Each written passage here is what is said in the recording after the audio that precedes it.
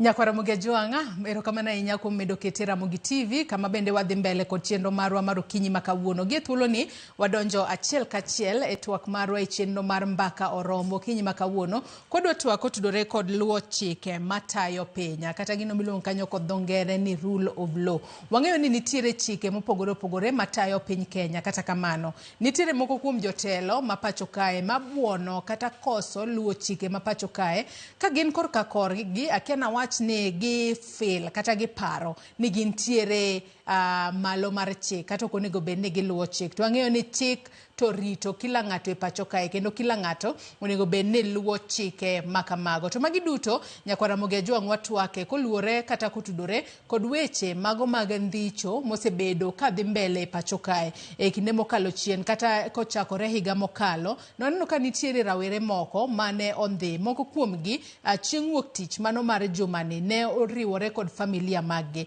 kata jogo mane ondhiyogi noweyo gi thuolo kendo koro ne giriwore kod familia margi mago rowere abich. Kata kamano nitiere rawera achiel ma nyaka sani pok oyudi kendo familia mare okia kuma intiere. Te kinde ma magi duto timore, nyaka sani koro jo Kenya kata jopiny osebedo ka seyo sirikal ni ong'eyo kuma jogo ma indhiyo kendo ilal godo nitiere. Mane momiyo odiochieng' ma kawuono ang'eyo ne ogai mar obila Douglas Kanja ka achiela kod jatend migawo mochung' ne wechego mag arita Kipchumba Murkomen owinjo bed ni chopo e doho odiochieng' ma kawuono mar mondo mi giduok penjo ewi kama jogo ma yande ondhi ne gintiere. Kendo doho ne onyisogi kata nonyiso jatend obila Douglas Kanja ni kinde ma ochopo e nyim doho kawuono to chop kod rowere auchiel ma yande ondhi mar mondo mi oler ni rawere makamago yande nitiere kanye tang'o momiyo ne ondhigi. To ang'eyo ni magi gin rawere mane nitiere e ong'ala manyime e kwedo sirikal kokalo e yor mbui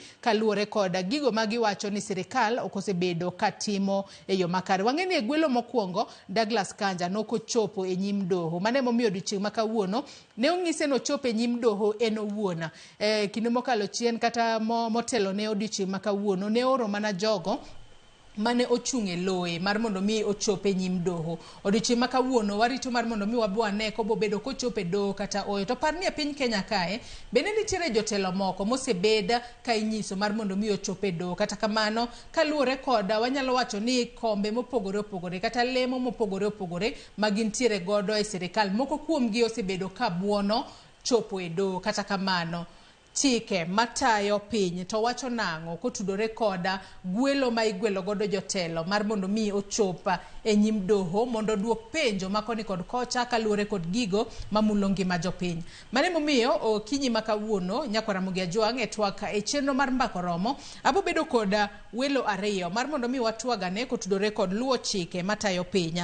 Wendowa machielo mano Kevin Osido jatatije mano mar County Governance Watch biro bedo katudore kodwa bang'e e kinde mwadhi mbele kod twak marwa. Kata kamano gisani antiere kae kod Dr. Eric Komolo okil Kamaloka mar mondo mi wapenjre ane ni to chike matayo piny gi to gin mage, to ere kaka onego bed ni luwogi, to bende nyalo bedo ni nitiere ng'ato ma nitiere above the law kose kila ng'ato nitiere bwo chik to onego bed ni luwogi, to jogo mabuono chik ka bet onego bed ni kawnegi okang' mane mar mondo mi gibed ranyisi kuom jowetegi. Oyawre Dr. Komolo, ichiwo nade? Antiere maber Joyce. Amor chopo ka indika wuono gokinyi kata ka ji dok skul kamano. Ambe joga dok skul koro bet poda atugni mathin kagi gacha. Lakini ageno ne weche brother maben kicha neno nyoro ka neno news kata neno kaka jonyuol bende lalamika ka weche dhi matek, buge ok nwang', fee be chalo gima ni malo to sirikal be pokoro pesa.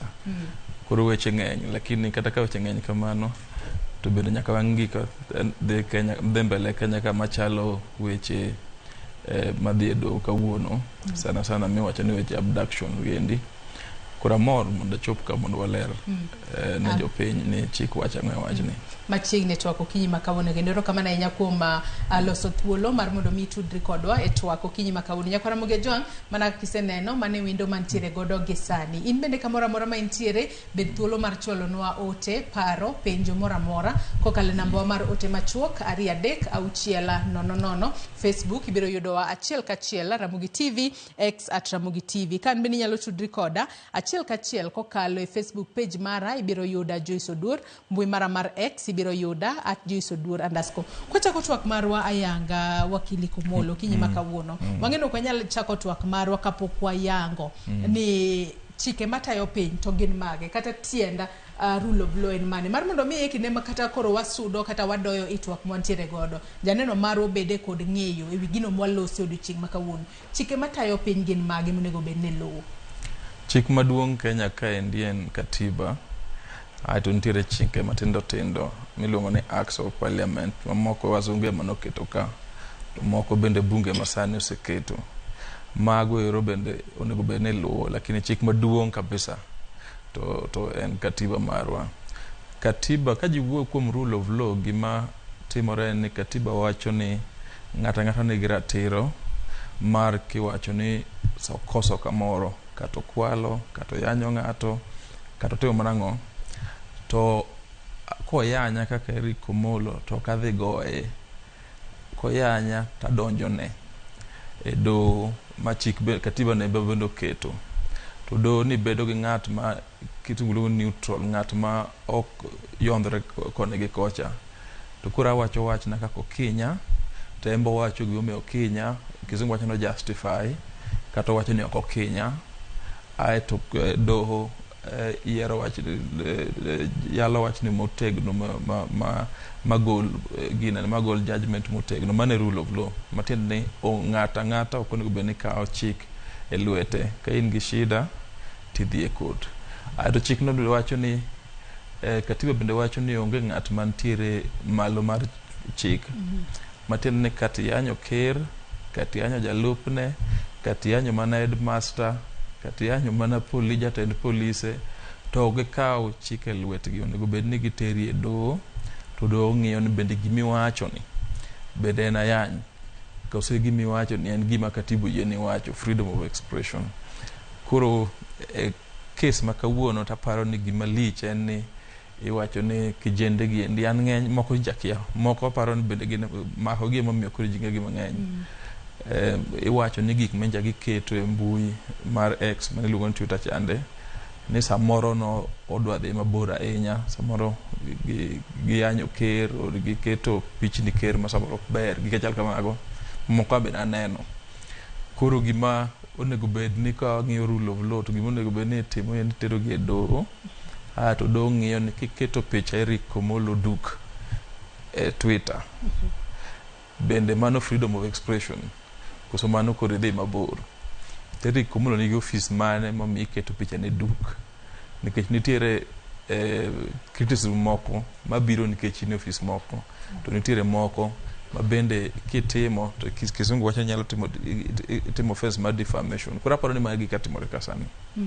Ato mana ke iwacho kanyo kad dogi kanyo ni ng'ato ka otimo gimoro to ber ka kotimo ni gimoro to ber ka idhi e doho kata idonjo no e doho kacha. To wang'eyo ni kotudore kod weche gi mag ndicho, nitiere riwruoge mopogore opogore, mano moriwo LSK, wantiere kod mamoko kata Kiafrika, kod riwruoge makedo ne ratiro mag oganda, ma bende nokawo okang' mano mar chwalo mano ogai mar obila Douglas Kanja kachiel kod jatend migawo mochung' ne weche go mag arita e doho kacha, mar mondo mi giyangane kuma jogi nitiere. To kinde mathoth e Kenya kae kwachiwo ranyisi, asechiwo ranyisi mokwongo ni e kinde mane ogwel Douglas Kanja mar mondo mi ochope do tielo mokwongo, mano motelo ne kawuono makoro nyise no chuno mar mondo mi ochopo wuon, noko chope do kende, ooro ng'at machielo mar mondo mi ochop kache loe. Moko kuom jogo mabende idwaro noduok penjo kotudore kod jogo ma osebed ka indhiyo, mano ting'o jatenda Okwach Kicha, mano Amin.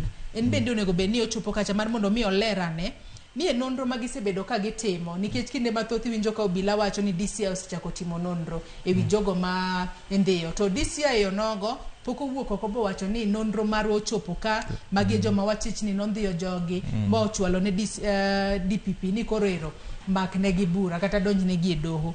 Wanyalo mana wacho ni seche moko koso luwo chika kata koso mar jogi chopo e doho seche moko nyalo bedo ni onyiso kata acha manene bad migao mochung' ne doho e pacho kae. Kizungu luongo ni impunity kata contempt mar court. Gimomiyo wan gi rule of law en ni ka nitiere wach titere doho, to ka doho owinji kidhi ng'at achiel to wacho ni mondo ayal gini maber adwa ni ng'at machielo chopi. Mano momiyo doho golo gimiluongo ni summons mondo ng'at mi wacho ni onego bed ni timo gimoro. Koro gima timore ka en ni nikech ma en wach security, to katiba wacho ni ng'at ma tije ma onego bed ni rito weche security, ma onego bed ni rito ngimawa en jatend police. Katiba bende wacho ni ng'ata nigi ratiro mar ngima Kenya ka. To osene joma ng'eny momaki ma samoro ok onwang'. Koro ko maki nyithindo kaka nomak gino ero, to ng'at man gi ratiro mar konowa, man gi tich mar konowa, ma katiba miyo tich mar konowa kuma nyithindo gi nitiere, nikech gine mamiyo gi pesa mondo gitim investigations. En IG, en ja DCI, en nyaka minister mar internal security, nikech en mo coordinate policy. Nikech ndhicho ni be nyalo bedo ni en policy mar sirkal. Koro koponi en policy mar sirkal to dwa ni gikon doho. To nikech giwacho ni gimbe gikia. Koro aparo ni doho dwa penjo gi ni yawa. Kare tijwa nang'o kukia. Nikech ndhicho gi endi bende ok ne timo gi gotieno, gin gik mitimo ka ji neno. Itimo gi odiochieng' alanga. Ineno gi ka ng'ato nigo pingo.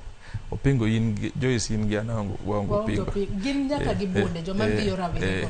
Bunde bende in gi an waonge go, inyalo mana miya ka apply license more special ma sirkal ong'eyo ni an gi bunde. Koro kizungu ni monopoly of force en tich momi jo police.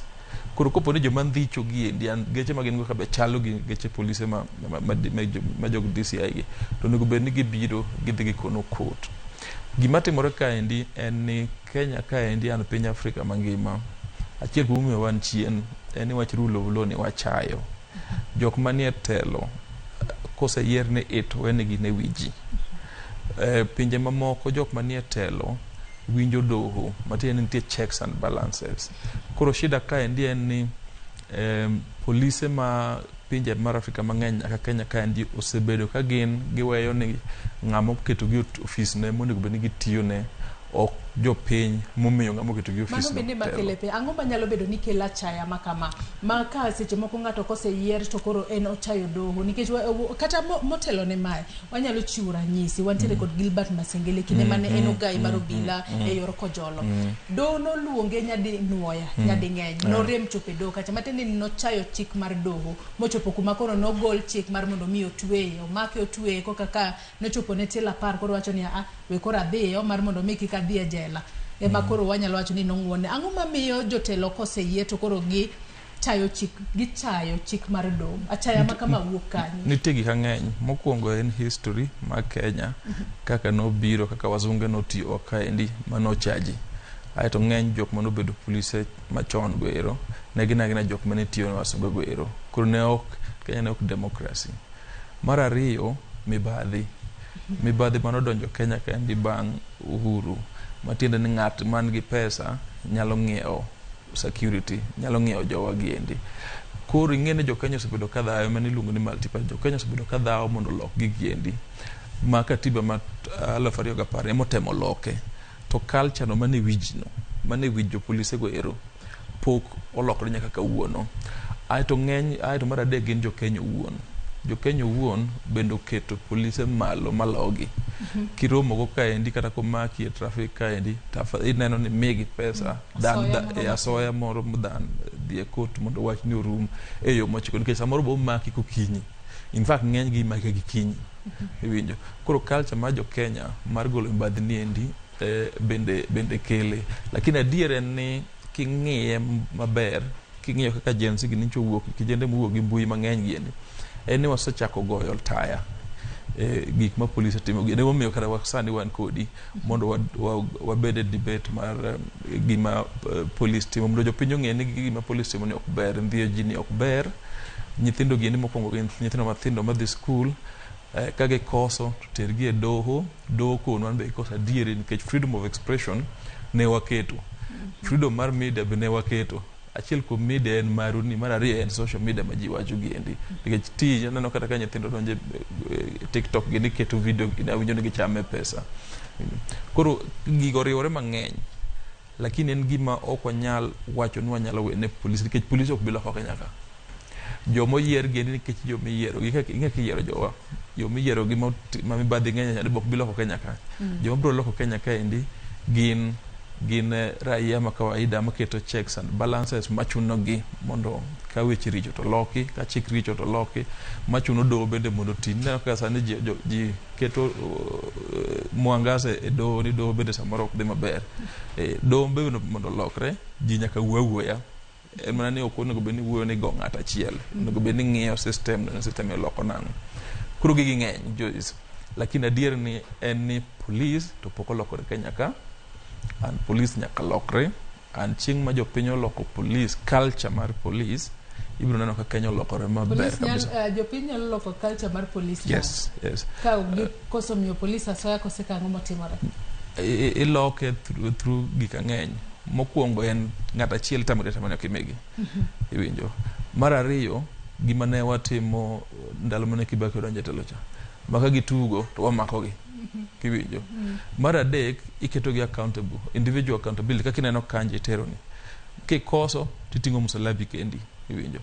Ka Kanji oting'o msalape, Masengeli oting'o msalape, ado josiasa gi bedhi ting'o msalapgi iga 2027. To jibiro chako fwenyo ni komi tich to nego beni tiyo ne raia, ok nego beni tiyo ne osiepe gi manie telo. Ka in gi shida gi social media to nitiere yo minyalo tero gi e court, nikech kata an owuon nitie gik aneno ex gi edi ma ok mora kan owuon. Iwinjo. Lakini aseng'iya koni ok ochuno nyaka bed ex mokwongo. Iwinjo. Mar ariyo, ka bedo to gimoko adwar moko ousiana koda awerago. Mar adek, ka nitie gima rach adieri to ka ng'ano ok nyal loke, tinyalo tere doho nikech koro ketho nyinga moko mfano. Gima tamo ker dhi e doho noketh nyinge onge. Gima tamo Masengeli gi jok modongi kata jakom dhi e doho noketh, nikech naneno picha jakom be noketh nyinge onge. Ka chiwo ranyisi kiwacho ni gima tamo kata jatend piny dhi e doho onge nikech kaluwore kod chike ma pacho ka rule of law ma koro walose. Ka jatend piny koro amua ni kaluwore kod kata machinglo kata pichni ma yande waneno kokete mbui kata masche moko nyalo wacho ni ok ne donjne yo makare, mane mano miyo seche moko ondhi rawere mamoko. En koro kodhi to donjo ne ng'a? Odonjo ne ng'a moketo gigo koso koro dhi donjo ne rawere duto? Idonjo ne ng'a moketo gigo, aeto chak idonjo ne wuon mbui no, jo ex go. Wuon company moyie ne oket gigo e company ne. Gima important ka en ni ka in ker, nikech in eme koro i command police giendi, ok ber ka ng'ato kinyi titiyo gi power ni mar ker mondo imake, mondo nyathi owuog dalagi kata dwe achiel moko bende tho, nikech mano koro ketho rule of law. Onego bed ni ka in ker ting'e maber ni tich momiyi ni en tich ma temporary modonate higni 5 kata 10, ibiro mana duogo raia kaka uro duogo sani ni endi. Embe neno ka odhi mana e court mondo nyithinde kik thagi. Iwinjo. Koro gima important ka en ni iwe tiyo gi power mar ofisi to solve personal problems. Personal problems gin ka ng'ato keto picha ni duk, mano personal. Iwinjo. To ka ng'ato dwa goli ofis, kaka nyicha samoro iwacho ni ji dwa dhi State House kande, mano koro inyalo wacho ni nikech mano koro inyalo wuoyo weche treason, nikech katiba nitiere kaka iwacho kaka onego bed ni goli. Koro gima muhimu en ni ng'ama nie telo ok onego bed ni tiyo gi tende mondo solve gik ma private. Iwinjo. Gik ma nyithindo gi post ng'eny gin private. Ng'eny gi to rich adieri. Iwinjo. King'iye maber to ng'eny gi to rich adieri. Lakini mondo wang'e ni giricho, mondo ni gichopo mpaka makoro ka in ker to koro ineno konego bed ni dhi e court ne ma nyaka idhiye mondo ong'e ni nyithindo gi okinyi kata gokinyi, nikech kisungu wacho ni public office biro gi some responsibilities. An private citizen. Iwinjo. An aonge gop ng'ato. Koro an private citizen responsibility ma an godo jo Kenya thin other than chulo ushuru thin maloyo ma ker nigo, nikech ker imiyo gik ang'eny moloya, and make decisions ma loko ngima ji moewa. Koro matin ni en owuon ing'iye mang'eny, obedo criticize mang'eny moloya. Koro ing'e mondo wang'e level ma criticism no chopo kanye, doye manyalo amua. Koro en gima rach ni ndhicho ne timore. Adiera en ni bende ok owanga timore ka, ok owanga timore ka Ruto ka, notimore kata ko Uhuru kata ka Kibaki, Moi bende notwe kata jakom gini ma ok oterogi e kot malong'o, Kenyatta bende notimo. Gima koni gini en history. To history no ero emonego bed ni waloko. And aneno ka anawen sirikal ne dhi loke, aneno ka sirikal ne chalo gima thagore, pok gichopo maturity level ma koro iwacho ni koping gi tok gikawo personally. Ragombo kata koping gi to seche moko ging'iyo gimomiyo ipingo gi to girekebisho. Ama gidhi e doho. Tagombo nikech ng'eny gin joma thindo. Agombo ne gifweny ni pingruok ok dhi rumo. Gin culture mopogore, culture ma ng'eny nyithindwa miele TikTok, miele social media, wacho gik ng'eny. Social media ma Kenya ok gin company mek jo Kenya, ng'eny gin jo America, jo China, moko jo Europe, iwinjo. Matiende ni space ni duong' ma ok inyal dhawogo through ndhicho, iwinjo. Space ni duong' ma inyalo mana dhawogo kibedo machua ka jatelo, ting'iyo ng'at ma kiny mokalo mpaka ahinya. Ng'ane mitere court. Companies gi bende gi policies, iwinjo. Nikech gimbe jitero gi court mang'eny. Ineno content moderator ne tero Facebook gini. Koro companies giendi nikech gitiere gi offices mong'e, bedo nyalo yudo keje policy maber kama kane ok ketho katiba moyienwa gi freedom of expression. Kapok odhi e yweyo marwa mokwongo, aneno kwa dongi dak ariyo kende to odhi e yweyo marwa mokwongo. Nyaka sani koro waneno ka e kinde ma magi duto timore e pacho kae, ma koro donjne jatend migawo mochung'ne wechego mag arita Kipchumba Murkomen, kaachiel kod jatend obila e pacho kae Douglas Kanja. Nyaka sani koro gine jogo mwanyalo wacho ni odonjnegi kaluwore kod maundu mano mar ndhiyo kaachiel kod lal kod mag rowere mosebedo ka waneno ka nitiere pacho kae. Kwang'iyo weche makamagi, ere kaka seche moko picha mane ma ochwalo e nyim jo Kenya e kinde ma koro donjne jatend obila kaachiel kod jatend migawo mar arita, bende wanyalo wacho ni gisani kaluwore kod gigo matimore e pacho ka, wanyalo wacho ni bende wantie safe ahinya e pacho kae kaluwore ni ero jatend obila ema koro iseyo gi jatend migawo mar arita, DCI bende omdonjne kanyo kaachiel kod jatend NIS. Gine moko kuom jogo monego bed ni duoko penjo kotudore kod lal mar ji. Inyalo ng'iye diriyo. Mokwongo jok miwacho ni wuoyo mang'eny e mbui makinyogi kete bracket, inyalo wacho ni ok gin safe. Nikech mage jok magi chalo na gima gitiyo gi polise mondo gi abduct gi, kata ka polise otamore. Inyalo ng'iye kendo mar ariyo ni nyoro kane Martha Karua nie court Uganda, to loya moro okil kama loka moro apani nopingo, ne en court mar jo military, nodwa pingo court no mathin, to kanyo otwe dweche 9. Mano ok nyalo timore Kenya ka. Koro inyalo ng'iye ni nikech Kenya wasechopo kama watero minister mar security mar arita kwe, inspector general mar police, jatend police kata kir watere court. And nitiere ji mang'eny matero, individuals machalo Mtata gini kata organization machalo Law Society, Amnesty International gi mano. The fact not to be a court mokwongo oromo koni ni jo Kenya otegno, jo Kenya dhi mbele, and jo Kenya neno ni ng'ata mantiere telo onego bed ni komi telo tiyo maber, to kitiyo marach, kwa paro tiyo marach titeri mbele mondo doho bendo ng'i ni wach ne chal nade. Koro kapar ni Kenya ni kama rach malich. Ka en kama rach malich, te wachopo ndalo mane Moi nie telo ne pod atin to nanene. Ji ne ok wuo malong'o. Ne samoro choki duogo yo to ng'iyo to nitie jok mane special branch, ne gintiere early 90s kanyo mana neno gi an. Koro kanyo wasekalo, wasechopo kama kindhiyo ni to seket picha CCTV ni kamoro amora, lari madogo kero kamoro amora, to piny ng'eyo ma samoro kiendelea gima chal kamano to Kenya lose face international community. Ting'en tich ker mang'ongo en nobed ambassador, obed jambetre mar Kenya. E gima no dhi Ghana gini gi jal kamago. Osero na pesa bika. Tij jakom mang'ongo modhi ga e uni. En mokwongo ni en ja Kenya. Sama ma ji wacho to Raila Odinga ni kanye iwacho ja Kenya. Koro en be jambetre. Aeto mondo kony Afrika sana wuoyo weche infrastructure. To ji biro penje ni kathuru e mundhi ji tok nwang' iwinjo. Nikech Hillary gini ka ng'ene nigi international following. To ere kaka Afrika unyalo loko. Koro miyo nyalo cha Afrika. Koro gika chal kama giendi kaka nene en ni resistance ma jo Kenya golo madhi e court makete social media ma policy lokre nikech kerugo nicho wacho mabe ni ok chak ndhiji mateno ong'eyo ni ndhiyo ji. Miyo ineno ni Kenya dhi mbele kata ka nitiere ji ariyo adek ma pod wigi tek lakini ok ochalna ni en policy mar sirikal ni ndhiyo ji. Nyaka be ni nitiere ji ariyo adek e sirikal ma support ndhiyo ji ni endi, lakini jo Kenya wuon to resist ando kapar ni sirikal ni bro succeed malich e weche ndhiyo ji ne weche golo ratiro ma dhano ni ma miyo wanyalo luoro gi malich. Okane ka Kenya dhi dok chien kama. Kapok wakawo yueyo mana madundo kenda adwa nasomo te moro kae ong'isa ka ni Greetings Joyce ma obila Shemotho wacho na dwa pogora e paro matin gi wendo. Kenya, we need to establish proper community policing. Police are underappreciated. We must give police their place to work independently. Secondly, alrita chakore kodi kata ana. Lastly, to youth, respect is a two-way traffic. You can't fail to give respect by posting wrong things and expect to be respected back.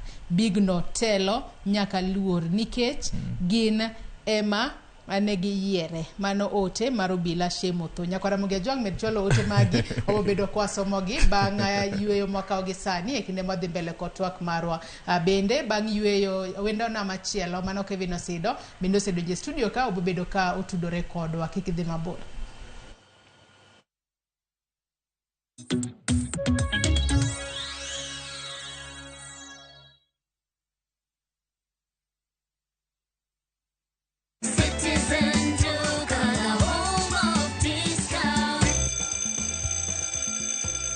Get ready for the new term with Citizen Duka and Quickmart. Enjoy amazing deals on essential items. 2025 A5 Diary at 559 shillings. 4-pack pencil at 60 shilling. 4-pack ball pens at 60 shillings. 1 hardcover exercise book at 190 shillings. 1 30cm ruler at 35 shillings. 1 PVC spring file at 104 shillings. All for just 999 shillings, down from 1,350 shillings, saving 351 shillings. Dial *487 *5#, choose back to school hamper, pay 999 shillings and pick up at your nearest Quickmart. Citizen Duka, the home of discount.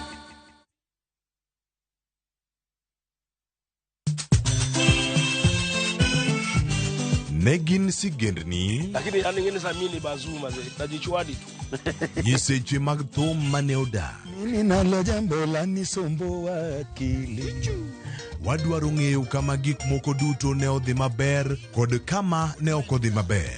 Olene ni chiega to jonyuol ne jolemo kabisa koro ni onge dwani to monyo miargi koro nobi mo maya olega ng'e wende weche mopondo kod chiwruok mane omiyo gibedo jothumbewa. Atemo kano sigana mag joluo. Gini chakruok mar gimoro nyaka bed ga gi gikone. Safar ma wan go mar music mar thum en safar mabor. Riwri kod Solomon Atito Kafaya e chenro mar ng'e jothumbewa. Tich Abich, Sari Okinyi, kik bai.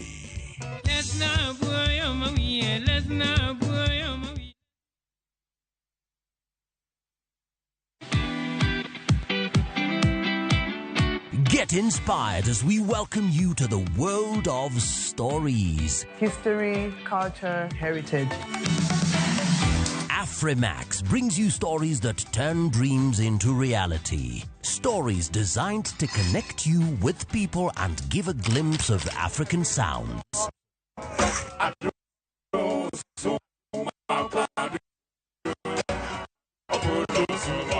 definitely good. Watch these intriguing stories of Afrimax only on View.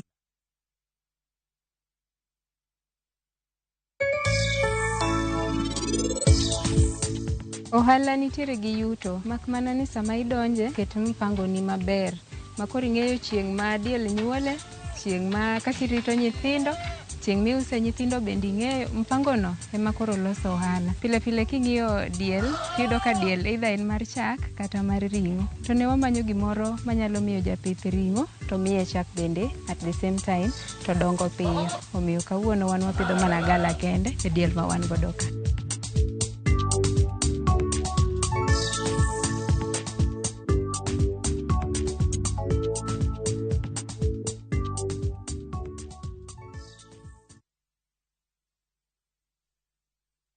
Your love story awaits this Valentine's na View Travel. Join our exclusive couples Cape Town trip from February 13th to 17th, 2025. Delight in Valentine's picnic, dinner at Land and Sea, a winelands tour, a full-day city tour, a peninsula tour, a cable car ride up Table Mountain, and exploring Bo Cap. All this in a 5-day adventure starting from $1,545 per person sharing. Visit viewtravel.com or call and WhatsApp 0703 254 254. View Travel. Dream, explore, discover.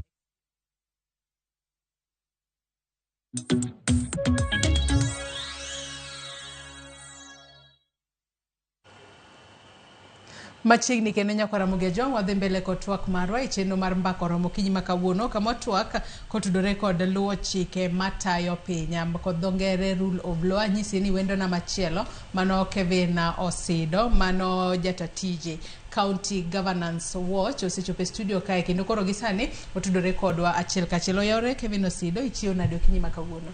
Orego isachiyo maber kendo agone Nyasaye erokamano. Tipo wach ni hawi mar higa manyien.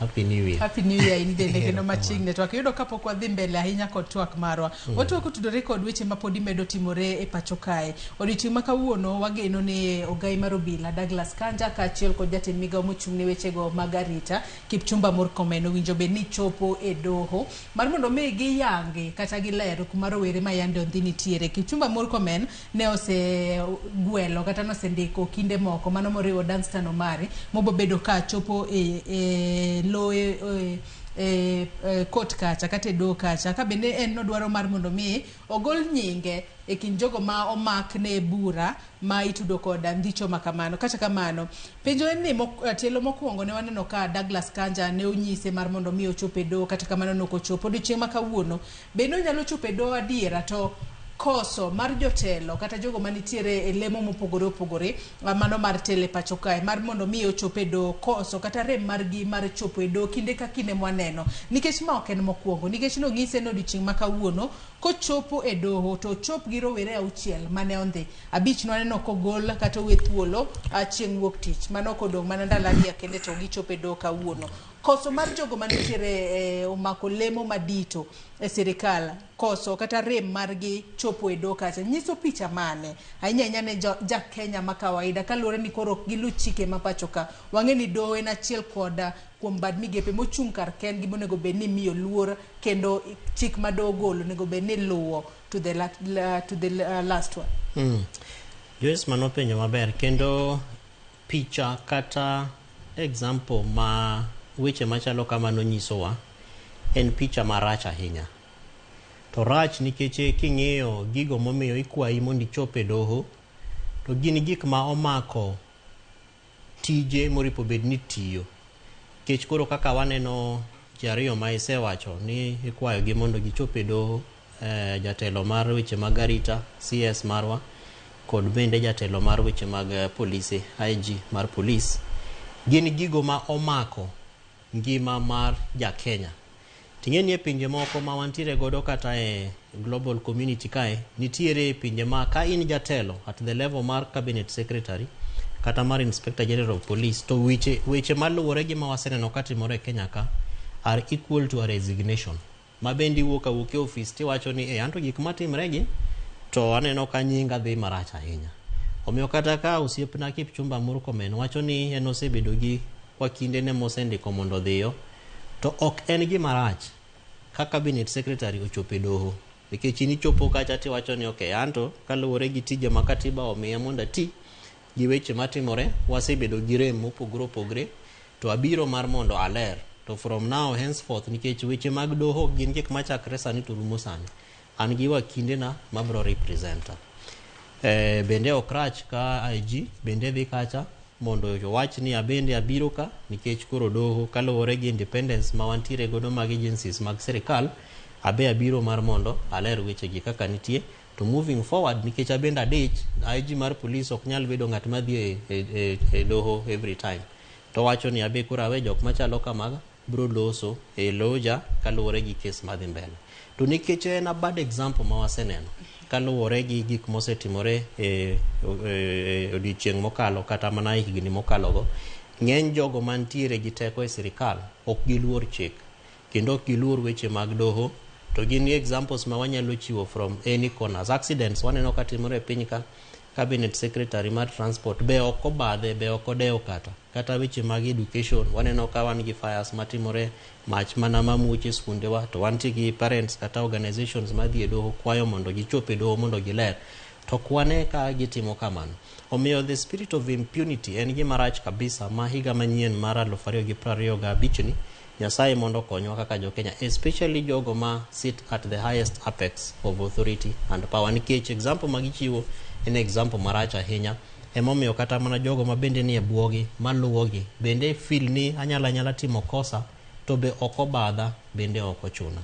Omiyo mano example marach ma kwayo ni bende sama gikawo oath of office to gipenjre kawuono in IG kinyo kin cabinet secretary ka ibed ni gik ma jo Kenya feel gi e timre ni watni moro kata ni in iwuon, how would you feel? Ere ka Kenya lo winjo kaluwore gi gigo ma families mag jo Kenya are going through kata gigo matimre pinywa ma Kenya kae. Atonya kasani paro nang'o monego bed ni timo mar mondo mi jotelo gi kik feel ni gin above the law nikech mana kaka iwacho ni adiera ma ok en gino mochako sane nikech kata kinde mokalo chien wasebedo kwano ka nitere jotelo moko ma iluongo e doho to giwacho ni ok gichopi waneno ka gitayo doho ginyisa taya moro ne doho kaloro gichop ka ang'o monego bed ni timo mar mondo mi jotelo gi kik feel ni gin tiere above the law ahinya ma kata koluongi e doho to giwacho ni oro mana representative moko kuom gi bende ok wach kata gimomiyo oro representative oro representative kacha to doko lingaling.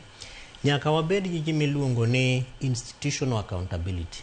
Institutional accountability manyiso ni ng'eni sama doho kwayo jatelo mar institution no mondo chope doho tok en ni inemi manyi ni mondo idhi. Omiyo sani wanyalo tiyo gi nying mar cabinet secretary Mheshimiwa Kipchumba Murkomen as cabinet secretary mar Department or Ministry of Interior and Coordination of National Government. But mano en dhano motelo ne institution.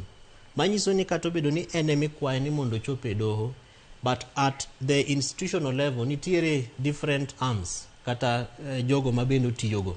Emomiyo seche ka akwayo ni obendo nyalo dhi e doho as the person manyinge nitiere charge sheet cha. Aeto bang'e to wacho ni an abiro kan as the head of the institution. But koro moving forward wan gi jogo mabende watiyogo. Omiyo dware ni nikech pok wabedo gi both institutional accountability and personal accountability. Magi gik machandowa e weche maluwo kaka e weche mang'iyo kaka ripo bedni migepe mopogore opogore mag sirikal tiyo. To dware ni koro wang'i ni to ere kaka wanyalo hakikisha ni wabedo gi institutional accountability ni and also personal accountability. Nikech institution ka je wacho ni migawo mar police to jatend police en ng'at achiel but migepe mag police to pogore kendo ng'eny.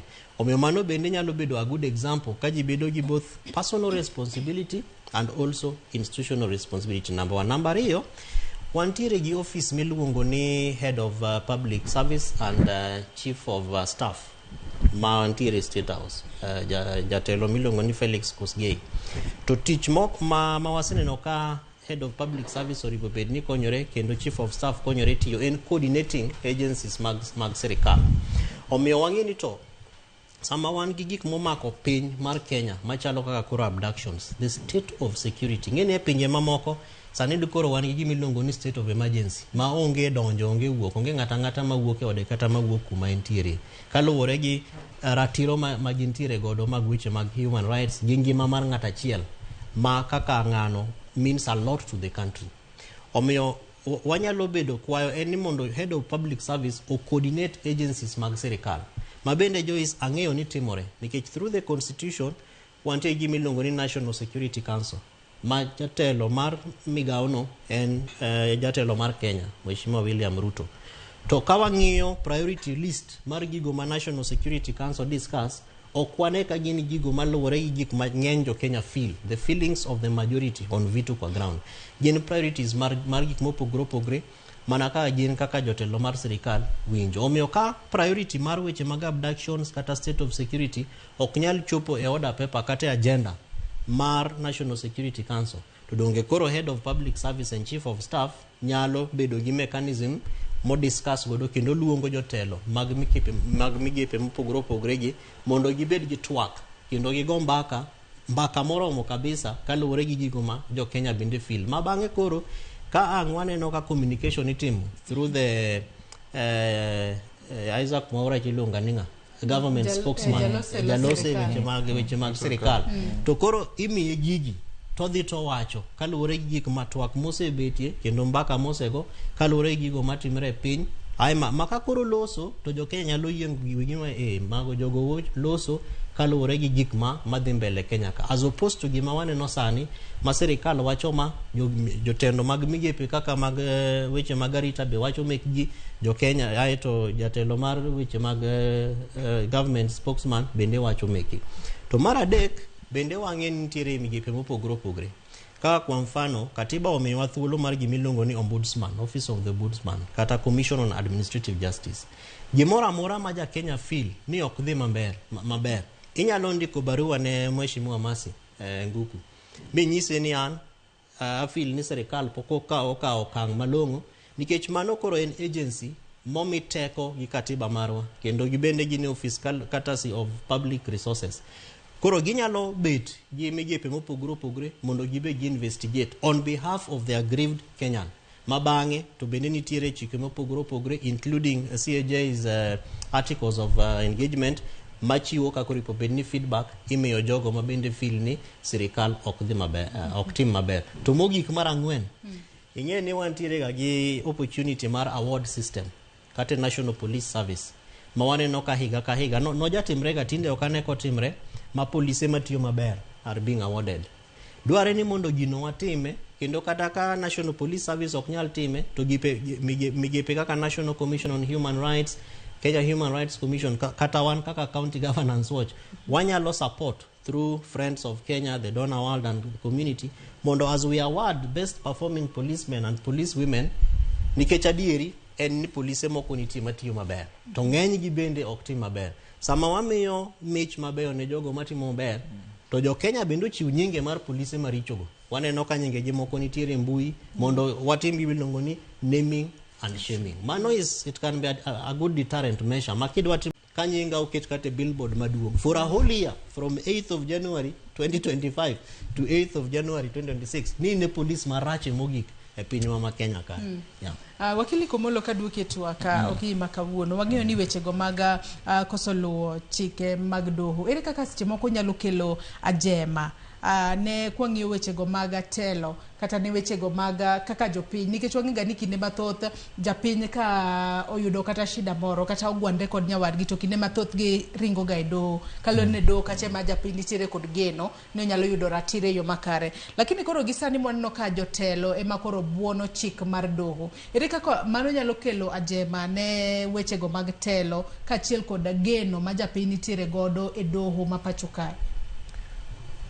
Ing'e ni Kenya ka endi rumo ka weche doho onge nikech gima bro timore ni in gi an wakawo chike lwetwa to kawo chike lwetwa jok moko nigi bunde jok moko ongego jok moko nigi mbi moyawo jowetegi to matiende ni jok ma gi bunde gi mbi gi ndiye makoro bro tawala Kenya to nikech ng'eny joma onge mbi wang'eny wanyalo kelo gik ma kisungulo revolution mosetimore kuonde machalo Bangladesh gini Syria be notimore pok otieko kata dweche 2 osetimore Afrika mang'eny ineno kaka West Africa ineno ka ng'ato nodhi inauguration mar president ma Ghana gi bunde ne en jatend piny mar Burkina Faso koro kopo ni watimo makosa nwaketho ni weche doho ni ng'ata modhi doho to paro ni ok odhi wuok gi ratiche sana ka jotelo wuono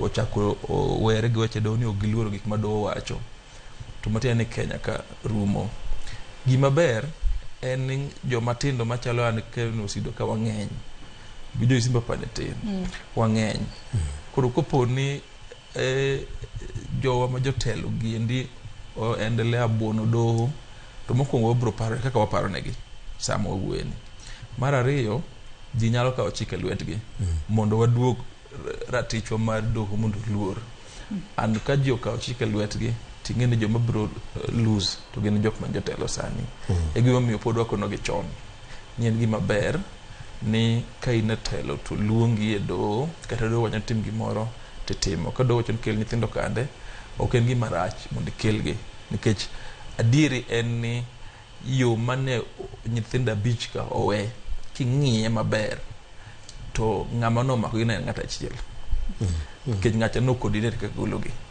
ka ok odwa wuondore iwinjo weri gi jima adakia gima timo osiepega moko ti aneno ka giseko kete mbui ni sirikal ma endi jo opposition momako iwinjo nyithindo na abdak gin joma kete siasa moro gima lit na gin joma ng'eyo gin joma wasethagore go be and gin joma paro kata sani pod aparo ni thagore aparo mana gidwaro attention winjo kik kadwa wacha dier winjo koro wawe bedo gaola ni wabedo psychophants e gima rach ingene watet wadoro tich kendo watet wadoro tich e sirikal lakini okocho nyaka miwa tich kichawa okocho bende nitie gima ne odhi sikul okocho nyaka bende walami kokimiwa tich winjo koro nitiere makosa kaendi ka ji do bono doho to wapamo negi nyaka bunga moko njen ko sechako moko ng'eyo sechako pamo negi mana nikech baba gi Ruto tiyo kanyakla winjo to baba no gun be mose tagore maraj ka doho ok ti maber ka doho ocha kadalo mane niti winjo ko wacho ka en bondo kaka na ikawo gi tero gi Nyayo House to ichuno gi mar confess ade tero gi e doho gotieno to tero gi committee detentions to without allegation kamago mano kama ok wadwa doke kura neno ka wang'eny jok ma wacho ni wato bodo waonge wach sirikal kitiyo maber lakini nitiere gik ma kitungulo red lines ma kichako to kata weri mono gik to bro weyi koro kane ka Kenya dhi dok chien malich Kipchumba Murkomen an wuon ang'e maber embo ng'eya maber onge yo mabro wuondo Kipchumba ni ka do luonge nikech ang'e ni kotieko tije ni en to dhi duogo wachako tiyo kode do ka idi mondo molose pesa be motemo lose ke pesa ka wambe ubro duogo kata sani en gi lofa mang'eyo kindiki bang'e maber embo ng'eya hapa ke en gi lofa giwinjo mabende ma kane ge declare wealth gi to gi wacho ni pesa mang'eny gi mar gi mang'eny wa lofa mero lofa monge onge kuma dhi ka onge do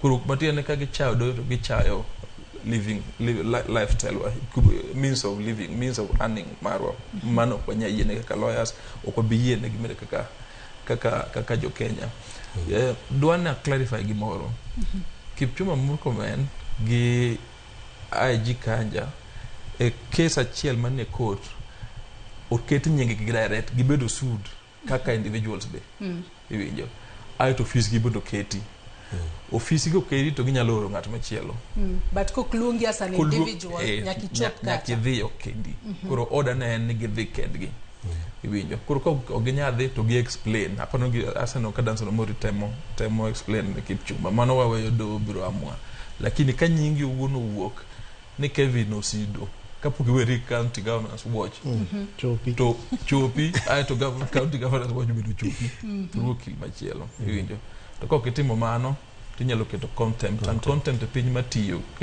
kibedo kaka to wacho ni timo contempt matiende ni osenwang'i gi doho ni in guilty moko nego bed ni bede office mar jopiny iwinjo and bro chopo kama neno ni aneno ka kora aneno ka adwa tima tin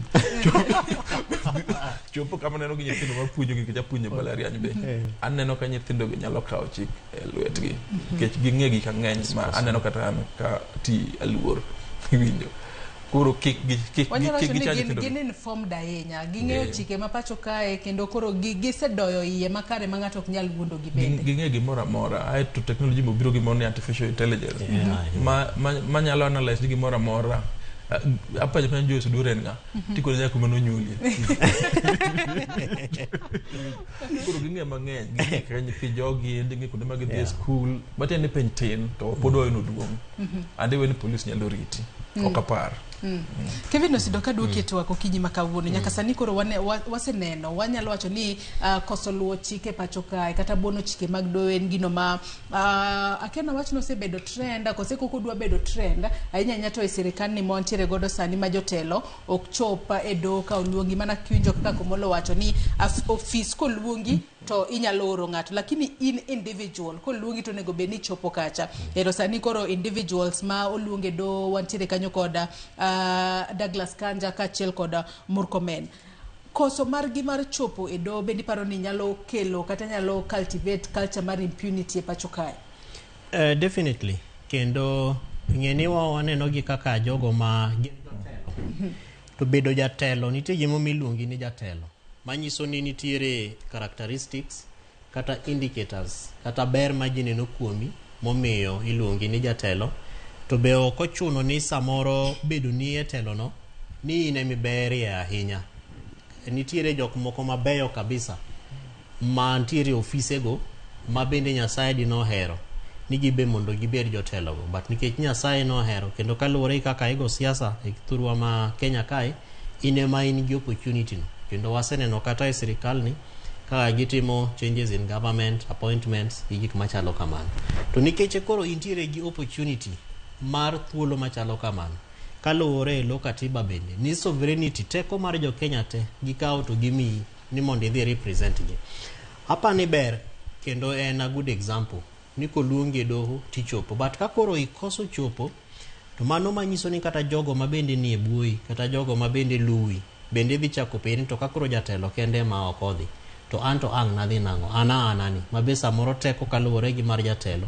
bende itin godo to bende wang'e ni on the other side kech chicken gima ng'ado from both ends bende ok wane ka nitiere gimitimo ne jogo makoso luwo luong mar doho nikech kata dongene wan gi mano nyalo bedo ni katiba emo rem miyo wa chike makare mar gimonego be ne timo ne ng'ama orem chopo chik mar doho kose rem nitiere kanye rem onge katiba ok orem hapa ni ena tim marach achaya exactly achaya both to the court and to the process and then chike moko bende mantiere pinywa kae nikech katiba to lero gigo moripo bed ni timo ne ng'atno ma nigi contempt of court kech kaka wakili owacho koso dhi court no ready kata ka court pok wacho ni guilty in iwuon wapeni tang'ono momida gini to penjo machielo nikech adiera kwa do kata chien nwaneno ka e kinde mane Gilbert Masengele ene monyalo tiyo kode kaka ranyisi sani e kinde mane orem chope do nitiere moko kum mane omiye lakini kinde mane ochope do nong'wonne mane manyalo koro miyo ng'ato to wacho ni an be kata ka rem do gibo miya kum ma kama tibo ng'wonna kose ang'o matimore mano luwore gi judge ka judge Masengele nodhi to kwa ng'wono ae to bende gima nomiyo itweye ne gin nyithindo moko pa nomaki gik mano miyo itweye nyithindo go nosegol iwinjo ae to odhi okwa ng'wono to judge nowacho ni kaweni lakini amba wuok e kes ni kech ni sechaya ahinya iwinjo mondo keto dhi mbele gi judge machielo e gimomiyo iluongo Murkomen gi Kanja gi jomodong' gi en nyithindo manomaki nyithindo gi osewe apana achiel ariyo modong' gima mono gi dhi e court mondo giwach ni nyithindo gi endi osewe onge iwinjo lakini kama nikech gini en pattern imako nyithindo tiwe court ne law society gi no dhi e court tiwegi kodong' ndalo ariyo adek tiwegi ato jogo wacho ni wach no oserumo koro en pattern nikech king'iye maber nyithindo gi endi kizungu luongo gi kata kogogi gimiluongo ni mental torture iwinjo ma ka gin nyithindo mabet okotegno ting'eni maisha gi olokre aloka kabisa iwinjo inyalo nwang'o kata moko negore iwinjo community ma kisungo society chande koro nikech gini en pattern koro nyaka do dhi achiel mano gimomiyo ane kot nyaka do koro dhi ane piny dhi ane deep mondo ong'e ni ng'ama mako jogi ang'o miyo police ma kipacha ta pane mako gi ang'o miyo police ok dwa luwo wachni motegno to ere kaka jok manie ofis gi wachun mondo kik mak ji kendo iwinjo to mar ang'wen ma pok ji ong'e malong'o en ni ka gimako ng'ama chalo an kosegola ting'eni an gi ratiro mar tero sirikal e telo e kot mondo chula ka nyithindo mamak gi tege moko negi awinjo ni gin 80 gi wiye 90 gi wiye otero sirikal e kot ting'eni achiel kachiel inyalo mi kata $10,000,000 $10,000,000 kigoyo chiko karibu bilion bilion ok en pesa Murkomen ok en pesa Kanja en pesa in gi an mwachulo ushuru koro miyo kwa mi telo to kiti maber to botene wan kende mo chako tiyo gi pesa mondo wachul jomi inyo gi endi emomiyo osidugo kuom individual responsibility nikech jogi endi waparo ni gimako jogi endi an jogi endi chalo gimok gidwa cooperate gi doho koro wanyalo chako chuno gi ni koro un muchul gopegi iwinjo in mikoso ni in makoro ichul gopegi nikech wamiyi tich to tijni tiyogo marach aeto chako imiyo wachulo nikech kata moyo wewe gowi nyaka kawuono Kibaki bo wewe gowi nyaka kawuono Uro wewe gowi nyaka kawuono kiwinjo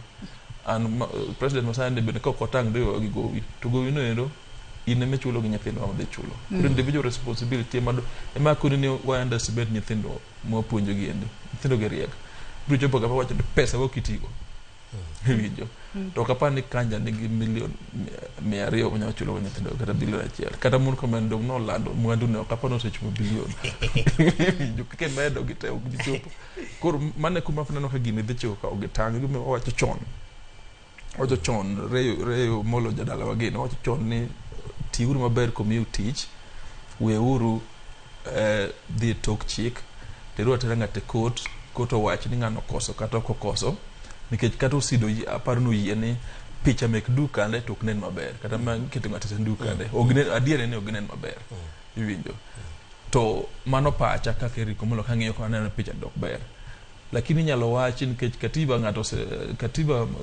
kwa mfano katiba mar Amerika yiene ng'ato wang'o muma kata wang'o Koran iwinjo ting'e kaka kiwang'o Koran kata muma to Amerika yiene freedom of expression makata president gima time onge ting'e kaka gima chal kamano nyalo pogo piny iwinjo ko katiba ma Kenya ka bo yiene freedom of expression nyaka ma media momiyo wagomba kaka gima dondo okono en to kare freedom nyogi kanye iwinjo ogike golo picha Eriko Molo duk X iwinjo kata iwinjo individual responsibility jok maketo bed gi individual responsibility jok mamako gi ka gitiyo gi pesa wa mondo gimagi go to waparo ni gikoso gin kawe individual responsibility to be kamedo kanyo Joyce ing'e ni kata wacho weche mag longo ni rights and responsibilities to wan gi chike ma bende ng'iyo weche mag rights and responsibilities kwa mfano ka ng'ato timo gik ma kaka waneno mitimo keto kia rais picha machalo gi mar rais e choko oken picha ne picha machalo gi mare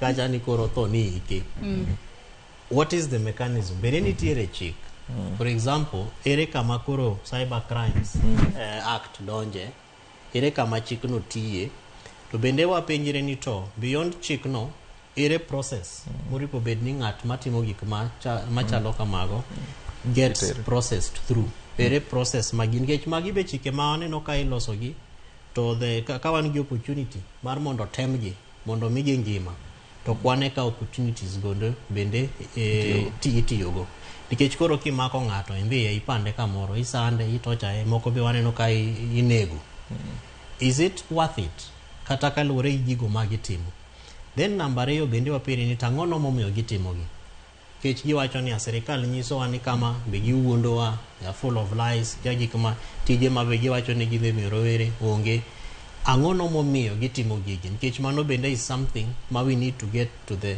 bottom of it commitment mar sirikal to respond to these issues momiyo gigi itimo nikech ng'ato nyalo bedo gi option mar dhi e protest nyalo bedo gi protest ma en mass protest, tinyalo bedo gi protest mar individual protest ma koro itweri ni wuon ni an sirikal chanda, gik madwa ni mondo tim be ok otim.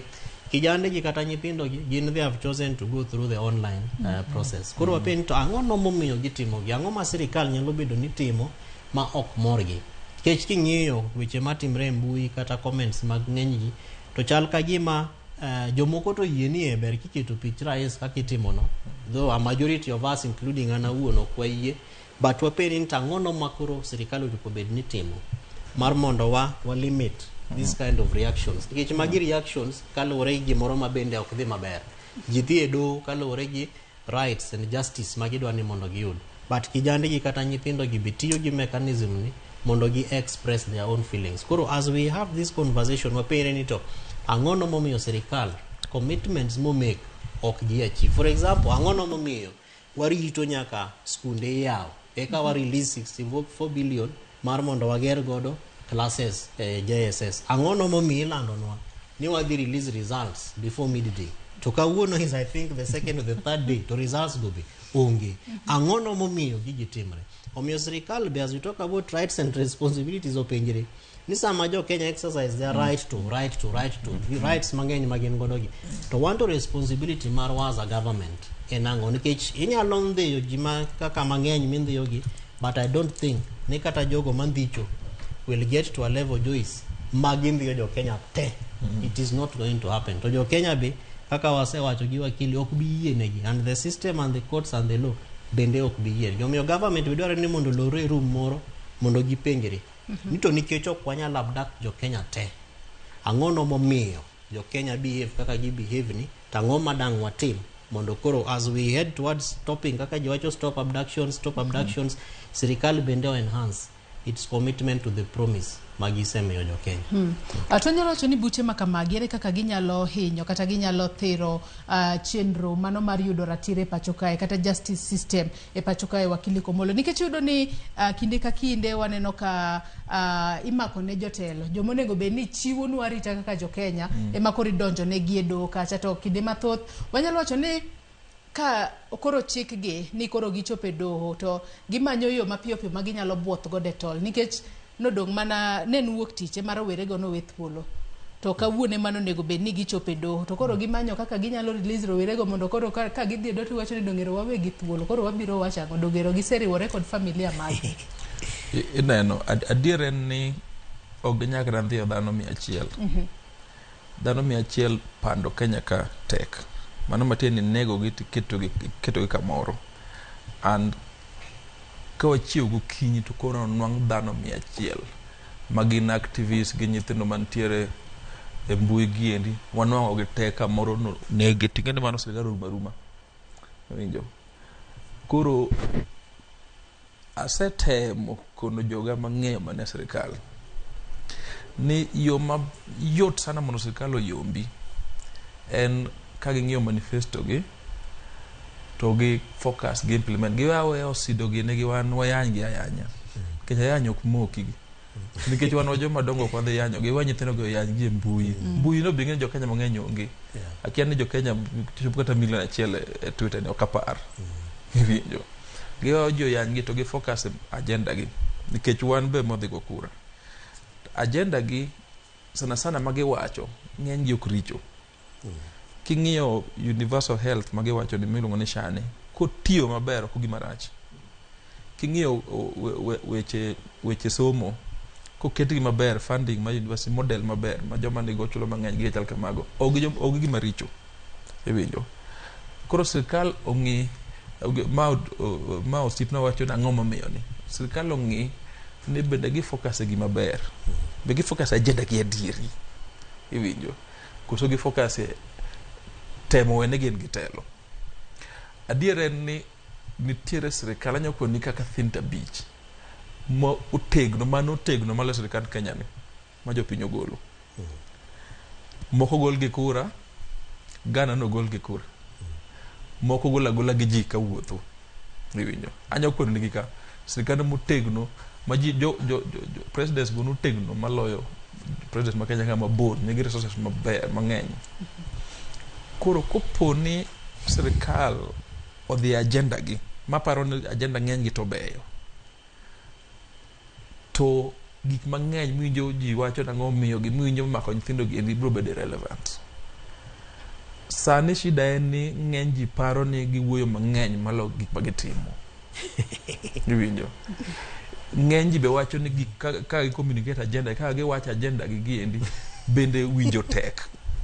Nikech kata ng'at maluwo gi kabisa masomo gi pile ok anyal biro kae ni ma explain ni sha. Iwinjo. Ok anyal. To kapana fuo malich. Jomoko be wacho ni giriamba ahinya. Jomoko be wacho ni giriamba ahinya. Koro aparo ni magi mamiyo nyithindo gi endi nwang'o muya mar ka giwuoyo to ji chako luwo gi. Kaka mane gimako koro aluwo gi tayane Facebook, agina ne Twitter ni endi X ni. Nyaka ncha kane poko magi anakia gi kata. Nane no mana gir nyathi miluongo ni Kibet chane. Nakia Kibet nanu. Iwinjo. Gine magi miyo nyithindo gi ji ng'eyo. Koro sirikal onego bed ni focus e agenda gi manomiyo oyier gi, an agenda gi ok richo. Aeto mar ariyo, nitiere jok moko matin, aneno ka ichako wuok dwe achiel mokalo, mokia wuoyo gi ji e sirikal ka. Sana aneno gi ndalo chieng' mani Komin Wetangula. Aseneno gi e mbui bende. Magidhi e liete to giyanyo ji. Gidonje mbui kandi to gichako pamo kaka ne ji pamo ne Moi chane. Moi no biro kanan kana tunga mosojo. Wapamo pa adong'e no mkati wate. Iwinjo. To pinyo se kalo mago. Iwinjo. Koro ndo pinyo gin gi ka basic by the way. To kopo ni ker ni gitire gi ji mang'eny ma samoro competent. Bedo competent en samoro nyaka bed sakiwa kendi ni an omiya tijni en taromo. Iwinjo. Kata ka ok aromo tanyo nongo ji mariek mondo advisor. Kopo ni nitiere ji matiyo gi ker ka moko tegno to higni 2 gi nus ng'eny onyalo wilo gi. Iwinjo. Mondo focus agenda ne nikech ki ng'ato aneno ka jok mochalo gi mawuonde. Ki ng'ato wuonde ni wilo mond Kenya gi thurwa biro miyo yombo. Iwinjo. Ki ng'ato wuonde kamano nikech mbui ni nyithindo mathindo gite ok apar ni go biro go kaka ne wagocha. Wading'eno ka babo wacho pap to wagoyo. Iwinjo. Nyithindo gi okane kadhi go kamano. Koro ng'at ma wuondo ker ne wilo kabila cha biro miyo yombo en miriambo. Iwinjo. Gima biro miyo yombo en agenda ge kande machalo shagi ni koloso gi maber, machalo weche university koloso maber, machalo yo kata weche dani cha ng'en ne okrach king'iye from the perspective mar public private partnership. Shida nen kaka olande. Iwinjo. Shida nen ji neno no gi ng'enyo pande ye kaendi. An napenjo nta wanda igni nyama riek ang'o miyo girom ni gine ma poko bedo minister dweche ang'wen to chako lando kaka ketrako se ket ke dani gima mara. Iwinjo. Tang'e ni public private partnership kawo muda. Iwinjo. Ang'eyo nikech apuonje masters level. Mbadi mosiep na ang'o miyo mbadoro rokore gi wacha dani. Mbada ng'e ng'ama riek nyalo. I know for sure anybody ng'a riek. Manyalo explain wacha dani ji maji winji manyalo open up process nikech public private partnershipokrach. Wang'eyo ni wadwaro yo mali muru ni kadhi nyaka Kisumu kadhi nyaka Malaba mondo yawo. So magi gi magi timo yo ng'en ka giyawo to kuchwa gi nong'o direct. Iwinjo. Kukete dual carriage 6 lane. Iwinjo. Kuro gidoka ne piny ging'iya ni gidwa implement agenda gi mane kar dhi yenyo liel kar bedo psychophers machalo mek Moi kande ma in kidhi Facebook to sirkal ne ipako. In fact ok apar ipako sirkal giparo go jatend piny. Jatend piny bol ng'alinga to kopakre. Iwinjo. Aparo ni mane shida. Sani koro giketho sa e mako nyithindo wiende. Christmas te spend ko wajo nyithindo. Iwinjo. Konego beno wan gi family to. Iwinjo. Sani koro wane do konego beno wachako ni yo nego beno nyithindo motero school. Kech ng'eny wabedo ko jopuonj fi onge ng'eny wado ko jopuonj mondo we nyithindo bedi wamany pesa dwe mar ariyo megi. Iwinjo. To wago wach nikech Murkomen gire nie gine to Murkomen bang'e nyithindo dhi school badi nang'e nyithindo dhi school. Koro ging'iyo agenda gi. Kao ging'iyo to nikech pod wabro bedo ka go sido ibro luongowa. Ibro luongowa. Wabro kono dong'nwa kono. Kata wabe wabo chako yano gi. Dong'nwa kono. Iwinjo. Nikech jakom to chalo gima dhi EU aneno ka Nyasaye chalo gima ni kode ingen chalo an wuon alamone no dhiyo kosedhi to gi ng'ato wuondi ni top EU diplomat biro kating'o lwet ng'ato ki ng'ato wuondi mano biro miye shida maduong' e office iwinjo nikech ma ndiko president mar Africa diplomatically speaking iwinjo kuro ng'eny jo mago korgi ka gibiro dong kendgi gi JNC mago kura ng'eny molowa iwinjo gitanga ahinya an mane gima nyakondo nitie gimeda medo sido kapok wadhi yweyo mokwongo adwa mana medo ni apani gimomiyo be okwane a lot of successes e weche mag koso ratiro mar mbui en ni the cost of impunity wakili the cost kaka wajawacho gani the cost of corruption ikwalo pesa mar gero ndara ne dhi serve for how long miziga dima dhi kalo ka giloche jo boda boda ma dhi miyo pesa mar county au dhi mbele apani serikal mor nikech bende okobadho gi to en nikech kaka waseneno ka sirikande mopogore tiyo gi weche mag public debt ni bende pesa inyiso wanie wan gi charges maromo kama moripo bet ni dhi judiciary to ng'ama penjo resultant measure manyiso ni pesa no ire kaka nendo lose kaka wanyalo deter jok makoso dhi e court gi mondo wang'e ni the cost of abduction bende ka nitiere kata chik ma wanyalo ng'eyo ni kikoso dhi e court in terms of koso respect mar court contempt ni is amount to this amount of money to kato bedo ni office ma dhi chule to during the term mar ng'at ma okoso dhi e court ni dware ni mondo wang'e ni contribution mare as an individual e pesa no enango nikech iluongi as an individual tiluongo bende office to kapar ni wasebedo gi time mar mondo wang'e ni to koro bech koso miyo heshima kata luoro court ni enango maka ng'ato dhi serve kaka IG maybe is 5 years or so 4 years to with between this time my office ma 5 years ni eke negatives ma isemiyo office mar IG to bende ka en pesa mikete how much is it to in kaka IG I earn pesa di to pesa di madangi contribute in terms of kata mana tax kaka koro taxation mabende nyalo contribute to this cost of impunity apa ni ka wanyalo ng'iyo kamano be obro konyo ji mondo ng'e ni sama donjo office to ng'ane nokoso dhi e court ma pesa ne mano miye no contribute this amount of money to anto okadwa ni mondo timna kamano kaluwore gi other things bende ma wanyalo timo nikech anto ka Nyasaye chimro no konya mabed kaka IG to kane ka en gima licha enya wakili ni oluonga na dhi e court just show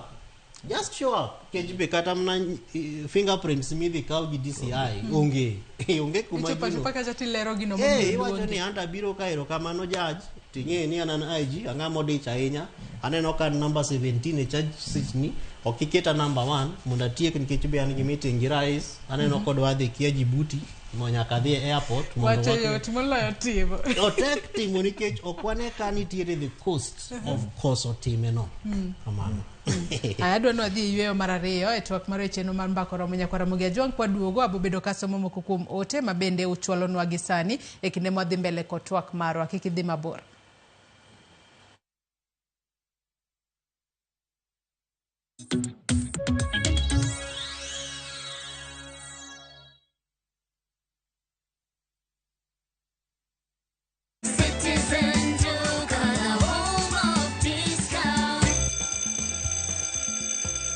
This year, hakuna stress. Citizen Duka na Quickmart tunakuletea the ultimate back to school basket for only 1,823 shillings badala ya 2,175 shillings. You get everything you need to start the term fresh and still on a budget. 250 gram petroleum jelly at 310 shillings, 50 ml deodorant at 345 shillings, 200 grams bathing soap at 210 shillings, shillings, 150 grams toothpaste at 199 shillings, 1 kg laundry detergent at 299 shillings, 400 ml body lotion at 345 shillings. Now guess what? You also get a free school bag. So hakuna excuse ya kwenda class bila bag this time. It's super simple. Dial *487*5#, choose back to school hamper, pay 1,823 shillings, then pick up your shopping at any Quick Mart near you. Citizen Duka, the home of discount.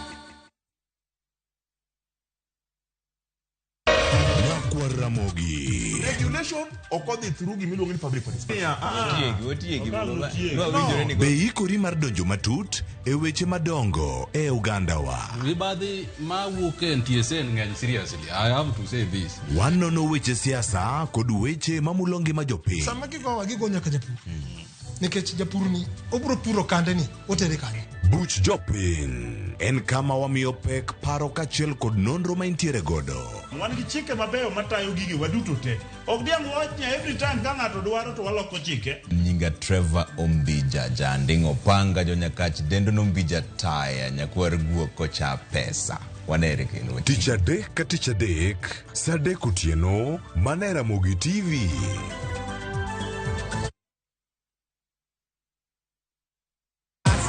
Win big in seconds.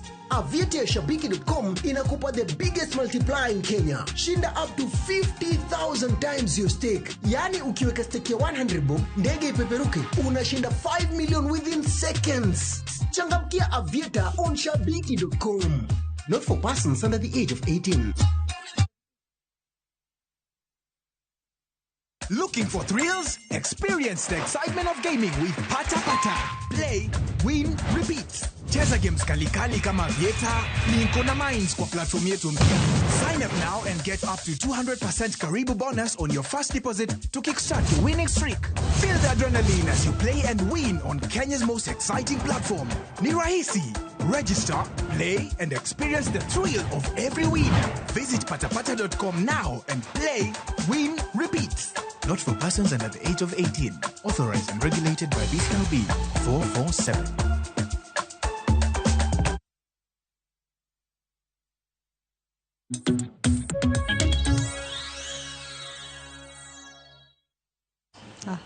Machiegni kendo nyakora Mugejong wadhi mbele kod twak marwa icheno mar mbako romo asoma ni moko kuom ote ma ochwalonwa e Facebook kama wantiere achiel kachiel Odech wacho na Lura Mogi ka an Migori Suna West chike matayo piny osewit oko gi joma nie telo. Engineer Lazaro Kanyambok bende wacho ni jokanyanam wapuonjuru nyithindo luor mokwongo then wanyisgi the consequences mag yenyo. Joma iyanyogi moko are entrepreneurs kendo kombe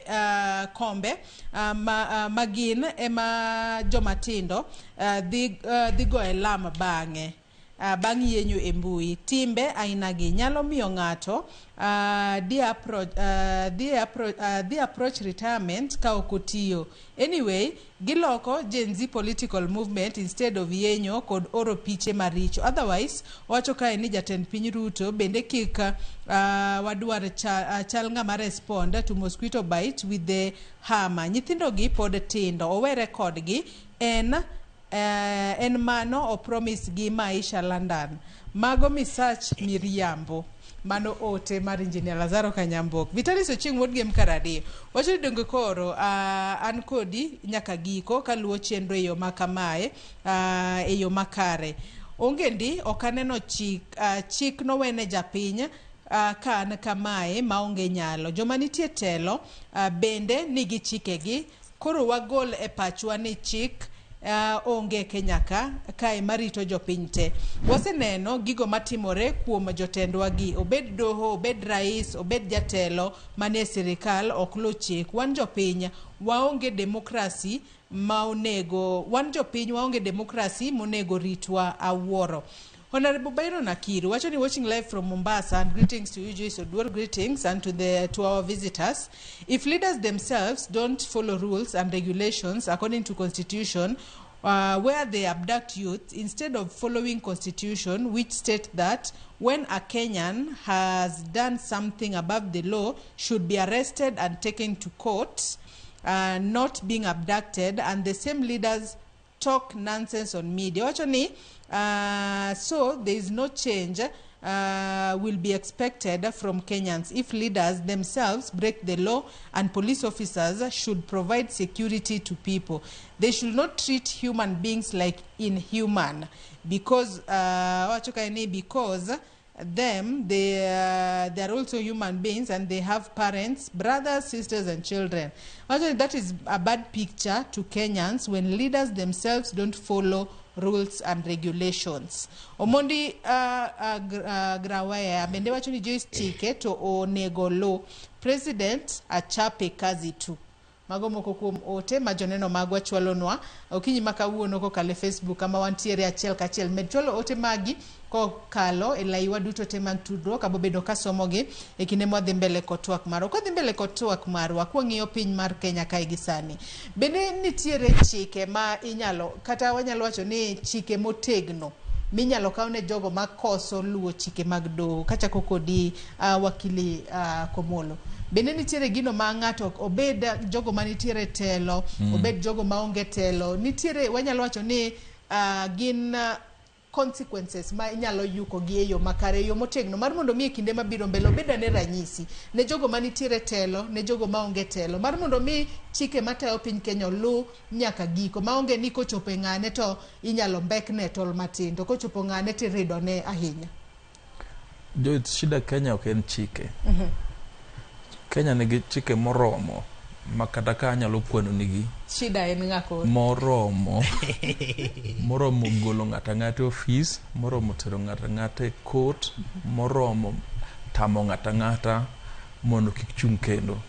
Sama wuoye kodi ni chiko tamo Rigathi Gachagua ne ok chak chung, en mani pod ne court, lakini ka yiere timo ki igani to pod bedo impeach to ko chung, mano romo ko ni chik nitie. Sonko nyalo mana go koko Instagram to ko chung wa titube kamano, chike nitie moromo iwinjo. An kako kil makora sebedo kiligni ap kariba 15 kaka nene en ni chik modong mondo koro Kenya obed adieri upper middle income country, kata wadhi miluongo ni industrialized country ga, en ni jo Kenya nyaka kawo chike lwetgi. Ke in office titimo gimoro to ji ok dwar, to public pressure mi lokori. Osemiyo ng'ato lokore adiera Kenya. Osemiyo lokore, en mane ok wan consistent iwinjo. Jo Kenya matindo emencho miyo gol ministers manego kuka. Emomiyo ng'eny gi onge office kata sani iwinjo. Jo Kenya emomiyo sama wuoyo kodi niendi wach public private partnership maber ma adani ketho mana nying public private partnership, but emomiyo kerinjo dok piny iwinjo. Jo Kenya ge emomiyo ogol nyithindo ge emane omak giendi. Koro gima nyaka watim en ni jo Kenya koro nyaka riwre. Ingeno osebedo kipogowa sana e weche kabila giendi, weche ne jo Luo, jo Nage, jo Got gi kachal kamago to nikech shida wachal sani te wachulo fees, sani karibu wate waonge tich, wathagore wate sani wate inana jali mente nego ji mang'eny gi onego ji yore gite iwinjo mate ni infrastructure wago maber ka ji oriwore mwakono ji ni kidwaro bedo telo to kono agenda ni tajena ne emilo kikicha kiduoga agenda ma ok isenongo telo to ibiro neno ka Kenya chako chiewo. Anana mor gi joma tindo gi nikech gisechiewo molowa. Shida en ni nikech nyalo bedo mbele ka shida en ni mok inyalo ng'iewo iwinjo. Lakini jo Kenya nyaka riwre bed conscious. Asewacho ka ni Citizen TV kaka waje gi dholuo ka samoro thaga ajaluo motegno lakini samoro thaga. Asewacho ni Kenya kaendi ok inyal tele kendi ni kabila achiel ariyo onwang'o telo to telo to gitiyo gi bich marum to nikech ok inyal telo kendi. Gima timore ni jok moyier gi bang' higa achiel ariyo gifwenyo ka moko ka gidonjo telo to gidonjo ka gigo korgi ni ginyalo tiyo kendgi.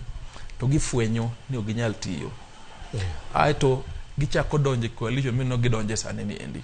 Ikelo ng'ato Uhuru kelo joge, Jakom kelo joge, party mathindo kelo joge. Aeto igni adek mogik en gi manage siasa, ok gitim agenda, gi manage siasa mondo ng'ama kero yier kendo. Shida en ni nikech gidonje coalitions ma awacho ni ok inyal tiyo kendi ni gidonje ka gisebedo e telo. Shida en ni sama gidonje kaka ineno badi gidonje ni ok gidonj gi agenda.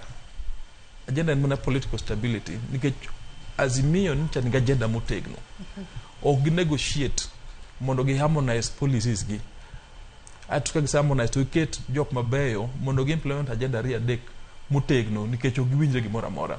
En miriambo ka kwa biro kane Baba gi Ruto winjore agenda gi te. En miriambo. En miriambo ne Wandai gi Ruto winjore agenda te. Wang'egi. But en adieri ni nitie gik moko ariyo adek ma giwinjore. Samoro en infrastructure kende. Iwinjo. Koro shida ka endi en ni nikech siasa wa ok inyal telo kabila ariyo kendi nikech kabila ariyo ema jabedo go. Waketho higa mokwongo manyo telo tich ne ji. Higa mar ariyo ker fwenyo ni weche tek. An ma ok Ruto kende kata Uhuru osefwenyo. Ker fwenyo ni weche tek nyaka riwre gi ji. Higa mar adek samkase ma wuoyi kodi mineno ka ji osechako pamo osegoko ke liete gi Facebook ni endi ji manyo tich. Ng'ata ng'ata dwa donjo e telo. Keta echa ginecha tiyo ni chief ago chief administrative tiyo keta aboard keta kanye keta jambetre kachi Ruto ching keta ji telo marum tigo ni rumo 2025 no 2026 ngeni ka wachako campaign to rumo embe matien nigne bich waketho ka onge gima serikal timo. Koro nyaka wa re-engineer siasa to nikech miyo ji telo ing'eni benefit joma omego. Nikech miyo ji telo lero to benefit jok mane telo tayari. Ng'ama chalo sido ka mondo gigol mondo ter gina tek sana. Koro gima nyaka watime wakoni ji nyaka mobilize. Gima nyaka watime ni jowa nyaka mobilize civically jok dhao. Ni agenda ni ema nyaka implement and nyaka implement in a structured way and coalitions ikudwa donje to kirok ni aruka. Iwinjo. Kasa ningeni koro wajo manager Jakom musani koro ket wi watete Jakom you German koro jole yiga chiel ngeni was it spend ka gimo pako kende en ne jatelo detelo ne ginane detelo ne EU iwinjo ma ok gimarach lakini matene koro kwa audit serikal iwinjo to serikal ngeni ma ok bed audited gima tiyo onge koro wan gi real political culture ma ok dhitero mbele tadieri en joma nyalo tero mbele en ko riwore wate mondo wach ni we umo wangwa ma agenda ni implement iwinjo ma shida kanya kama duong.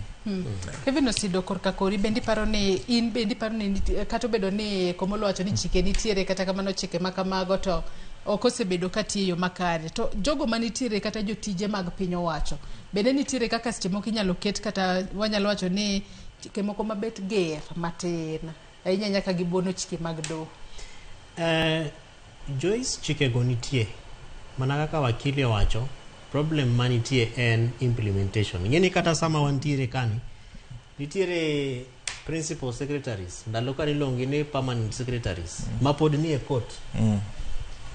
To gimomiyo en e court en nikech weche mag mibadhi mag pesa. Kan nitiere NYS 1, NYS 2, NYS 3 nitiere weche mag Anglo leasing, Golden Bag, gik mang'eny kabisa mag mibadhi.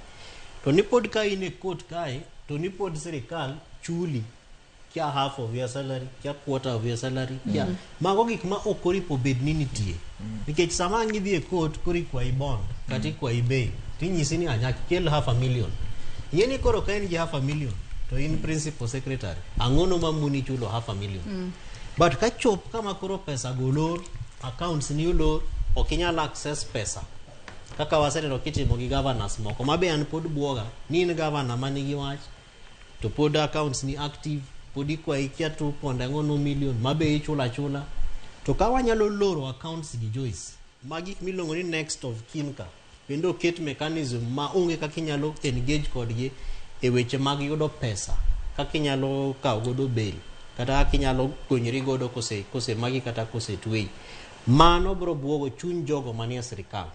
Kendo this rush ma mheshimiwa lose ni ji dwa bedo kia gini, ji dwa bedo kia board, kia ji dwa bedo mawaziri, ki dwa bedo ang'ono. Ka chop kama koro ing'iyo tiwacho ni an wach ni dhi tama. Obro nyaka ditaji e rush ma waneno ni ji dwaro nyuego de sirikal, ok ni mar mondo giti ne jo Kenya, but mar mondo gikwal pesa. Nikech giseneno ka ber bede sirikal en kwalo pesa, ok en tiyo ne jo piny. To ka chike gi nyalo ridgi, nikech chike to nitie, but kaka gibedo tested, ya gibedo implemented, ema nitiere koso kanyo. Ana awuon antiere gi governors ma be osenyisa ni to Kevin, in ng'at ma very bright, intelligent, ang'o bibed na ka endi chief officer. To ka ng'iyo trend kaka ng'at ma nogol e office no nogol, kaka ng'at ma ne nitie, ng'at ma nochake, gina one case after the other, one case after the other. Koro an adonjo office, abed ni chief officer mar devolution. To 2 months after my being there is a case, alleged kia pesa olal. To pesa ni en pesa ma an kata kia na onge kanyo. Koro pile kar mondo abi abed ka ago mbaka gi Joyce ngiona mana wacho to koro Kevin ni e court. Ko biro ka jo Kenya no par nango. Dongi nyalo paro ni Amin Kuhut gi pesa manokwalo. To samoro pesa no an kata wachne akia. Omiyo ka wanyalo gi bedo gi mechanism Joyce ma watiyo godo cases gi. Then number 2 kato bedo ni wawacho ni nitiere chike. But there is also deficiency chike moko. For example, anti-corruption cases. Angono momiyo case mar corruption ma 2013 wakili is still active up to 2025. Dakwa bed gi timelines. Kaka ne waneno kiwacho weche mag BBI. Ni cases mag corruption no bed whatever case, mega or minor. 2 years. Kato bedi dwarenge this court, idhi e case cha, wasenyaka neno ka judges moko bende bedo threatened. Gimomiyo jaja pia kawuono to kiny koro onge, ae bang'e wawinjo ni aento amejitoa kwa osewuogolore e case ni. Ang'ono omiyo gik machalo kama ogitim. Koro kwa nyalo bedo gi timeline. Ni obed case kwalo siling 1, kati kwalo siling 100, kati kwalo siling 6 billion. But case nini, the maximum time ma case ni nyalo dhi en 2 years. Then wa capacity build bende judiciary. Wamiyo gi teko, pesa imiyo gi malong'o nikech be wasewinjo ka Chief Justice wacho ni pesa moko bende ma wadwa ni mondo konywa bende ok dhi maber. Weche moko kaka mag alternative dispute redress or mechanisms ma bende judiciary timo bende jo piny puonjo ni ok ochuno ni case moro amora nyaka dhi e doho kacha. Nitie kaka bende nyalo bedo gi community, jo clan, elders ang'ono. Omiyo kata bedo ni chike nitie Joyce, but nitiere cases of interest, particularly mag mibadhi, mag corruption, kaka jogo manie telo, timre gi telo, gi doho, gimomiyo ng'ato odhi kech kae okawo gwenda, kor gwen kucha, itue 6 months, kata mana 2 years, nikech gweno, mabe ki value de, kimiyo value, to the match maparo ni gweno, koko kete auction, kano go, akia ni wakili, huma be unye gweno pesa, tunaino Christmas, wago emna nyaka 1,800. Tukoro nganido atue, matue makata jodala gichop kama koro wigi wil kod nikech pesa midwaro mondo miye maber kata gi midwaro bond giongego. To ng'amo kwalo pesa making'iyo cost mar pesa mokwalo gi jogo mosetho nikech okwalo pesa moripo be nitiyo godo e nyiewo equipment mag thieth. To ni en pod yawo ne yo ni VIP go ne salute.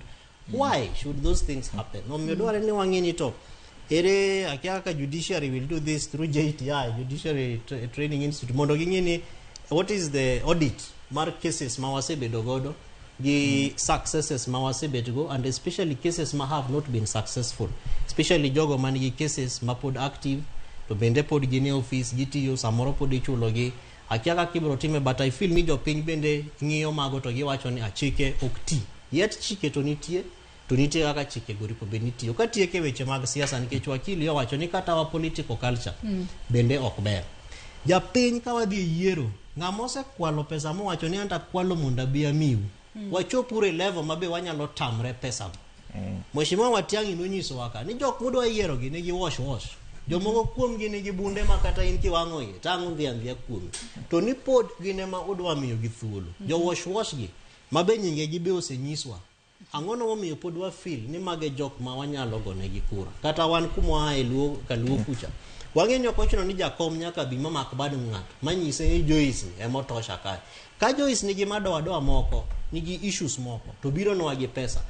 Nyasaye mondo konywa wan joka luo mondo wachope level ma wanyalo dagi pesa mag mibadhi to en nikech ng'ani bro timo siasa gi biashara kodwa wabo wacho ni dongi an umiya kura nikech natimo ang'o nanyiewe emomiyo gik moko mabeyo kaka timre e counties moko ok timre thurwa kaluo nikech wago siasa gi pesa maricho mabiro e kor gweng kendo gi kaka siasa itimeno to ka wanyalo chopo level mar dagi ma wach ni wan to wadhi goni kura kaluwore gi consistency mari tich maber minyalo tiyo gi kaka waseneni as you carry yourself then mano bro kelo nyaka gweth mar roho maler mondo gwethwa matich tire e yo makare but ka wadhi kaka wadhi ni ng'ayo to nyaka kwal pesa ni eka mondo bi omiwa iwewa weya gi dhowa kama gonywa ni nyaka gonywa mondi then eka will continue kata jakom dhi AU whether he goes or he doesn't but local siasa is said to be local wadhi mana time locally ka omiyo wang'ito bende gaps machalo nagi ma wantiere gode kaka wago siasa wa ma wanyalo address mondo wabed gi okang' makare mar kaka waketo ji e ofis. Anno ka wado mane gi doka matin kende to watieko twak maroki makaun wang'eni weche gi mag buono kata koso luwo chike mag doho gin achiel kuom gigo ma wanyalo wacho ni duoko piny Kenya inyanya to e yore go mag demokrasia nikech wang'eni piny Kenya en achiel kuom pinje making'yo kata pinje mamoko demokrasia mar osebedo ka goyo okenge mamalaya kata osebedo ka wagoyo okenge neno ni wana democratic nation kata kamano weche mag koso luwo chike mag doho gin weche maduoko mana chien e yor demokrasia jopiny nyalo timo ang'o mar mondo mi one ane ni iwacho ni onego bed ni koro jopiny kawo chike lwetgi no ginyalo bedo ni gikawe yo machalo nade mar mondo mi wane ni kinde ka kinde koyud ng'ato gi ketho to oluonge doho to ng'ato chope doho kacha maonge chayo doho maonge wacho ni dich kumoro to okochope doho kaka oyangi mar mondo mi wamed bedo piny manitiere kod demokrasia kaka dwarore wakil Ken wacho gima madwana med matin jakuen jakuo ng'amo kwalo gweno gi ng'amo kwalo county gi ng'amo kwalo Nairobi kaendi gin jokuo chik already tiyo gi kanyakla shida nikech institutions wagin weak sami kelo gi do already billions manosekwalo millions manosekwalo county gi mogi kwalo Nairobi kagi gisetiyo go magiseng'iewo polise giseng'iewo jo EACC aito koro case mabiro do bedo ma weak koro yot laumo judge nikech judge madhi amua lakini judge tingeni bro amua kalure gi evidence kora pano gima Ken wacho malich ma bende question me wacho en ni institutions wagin weak nikech gin compromised to Kenya ka bentiere culture mar mibadhi jok ma investigate police ng'ata chalo gima nigi bei minyalo ng'iew king'iyo Kenya maber mane momiyo white collar crime ng'enygi white collar jok miwacho ni kwale county gi makwale office kwale kalamu ng'eny gi ok twe ego miyo na koni nikech an convinced ni chike nitiere motegno Kenya kama content iwinjo an gadier ni judges nyalo osegolo kata matienge gi ndalo mkone gi wacho no chul pesa shida ene bende ne gichulo nikech nenore na ni jo white collar crime ok wabigolo elginane telo ok wabimiyo tiji kaka onego bed gitimo ka ok wariwore ka ok wariwore nikech ma ok dhi timore koro nyaka wadhi e default e article 1 ma wacho ni telo en mar dhano japiny nyalo time directly kata through joma giyiero to nikech ok wadwa ni Kenya gore piny koro pod wadwa time through joma yiero lakini nikech ok waamini ni bunge biro mienya jok ma ntiere ofise gi maler koro kochopo kama koro itiyo ni wapenji ni timo ang'o miyo timo gindo pod in office ang'o miyo itimo ma kama endi gima chal kama kanja gi ni ang'o miyo indhiyo nyithindo gi to kiti koro wachako mulika gi directly an aparo ni Kenya an kaka nene nikech afuatilia gi social media aneno ni jo Kenya nitiere moromo ma nyalo mobilize market ji account keto pressure makati in office makati in ker kore wacho ni attack iwinjo kaka neno ni kero wacho mabecha macha ne pressure iwinjo kora paro ni kwa bedo gi consistent pressure to obro chako keto jok man tiere offices accountable mondo gitim tijgi ma kichopo kamoro kaka ndalo mincha Gen Z otimo maandamano, kichopo kamoro bunge kidhi dala tipinye tako menego kura gi chadi igole agola of course okwa advocate violence, lakini mano kinga mariek to mi chako loko pachi ni ka jok moyiera gi ende mabaya gi kidi ok dwana dhiyo dala to matin tigo makoso kaendi.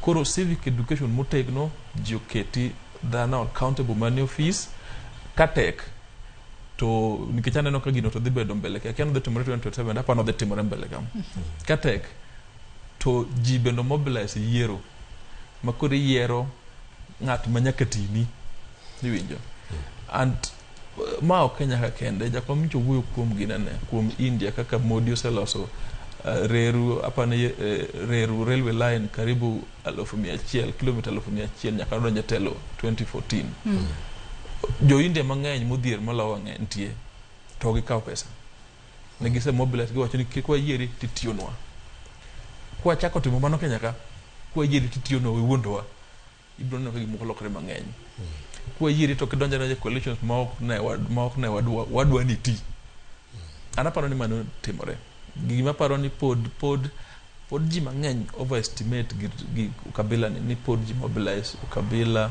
ni wadhigo kura kiting'o lwet ng'ato wadhigo ne gima chal kamano gino orumo largely nikech generation lokore largely nikech attachment to history ma Kenya bethin ji ng'eya ni Kenya ang'o miyo Kenya pro dhier to wan gi joma riek iwinjo to pinje moko ma bende wariek malor dhi mbele kuro mane mobilization mawacho and kwa fwenyo gino chon sana jowa ma pod nie telo jomo fwenyo chon ibro yier aneno ka regardless jago turgu chedo sachako loko ji kama iwinjo kech gi fwenyo iwinjo aneno ka jok karibu abunge kiwuogo mang'eny to ng'eny gi luor samoro gi duogo iwinjo kati ting badi kata ok ting badi ke jopinyo se fwenyo jopinyo se riekore jopinyo se riekore and kage tim mano election ari adek ibro neno kaloko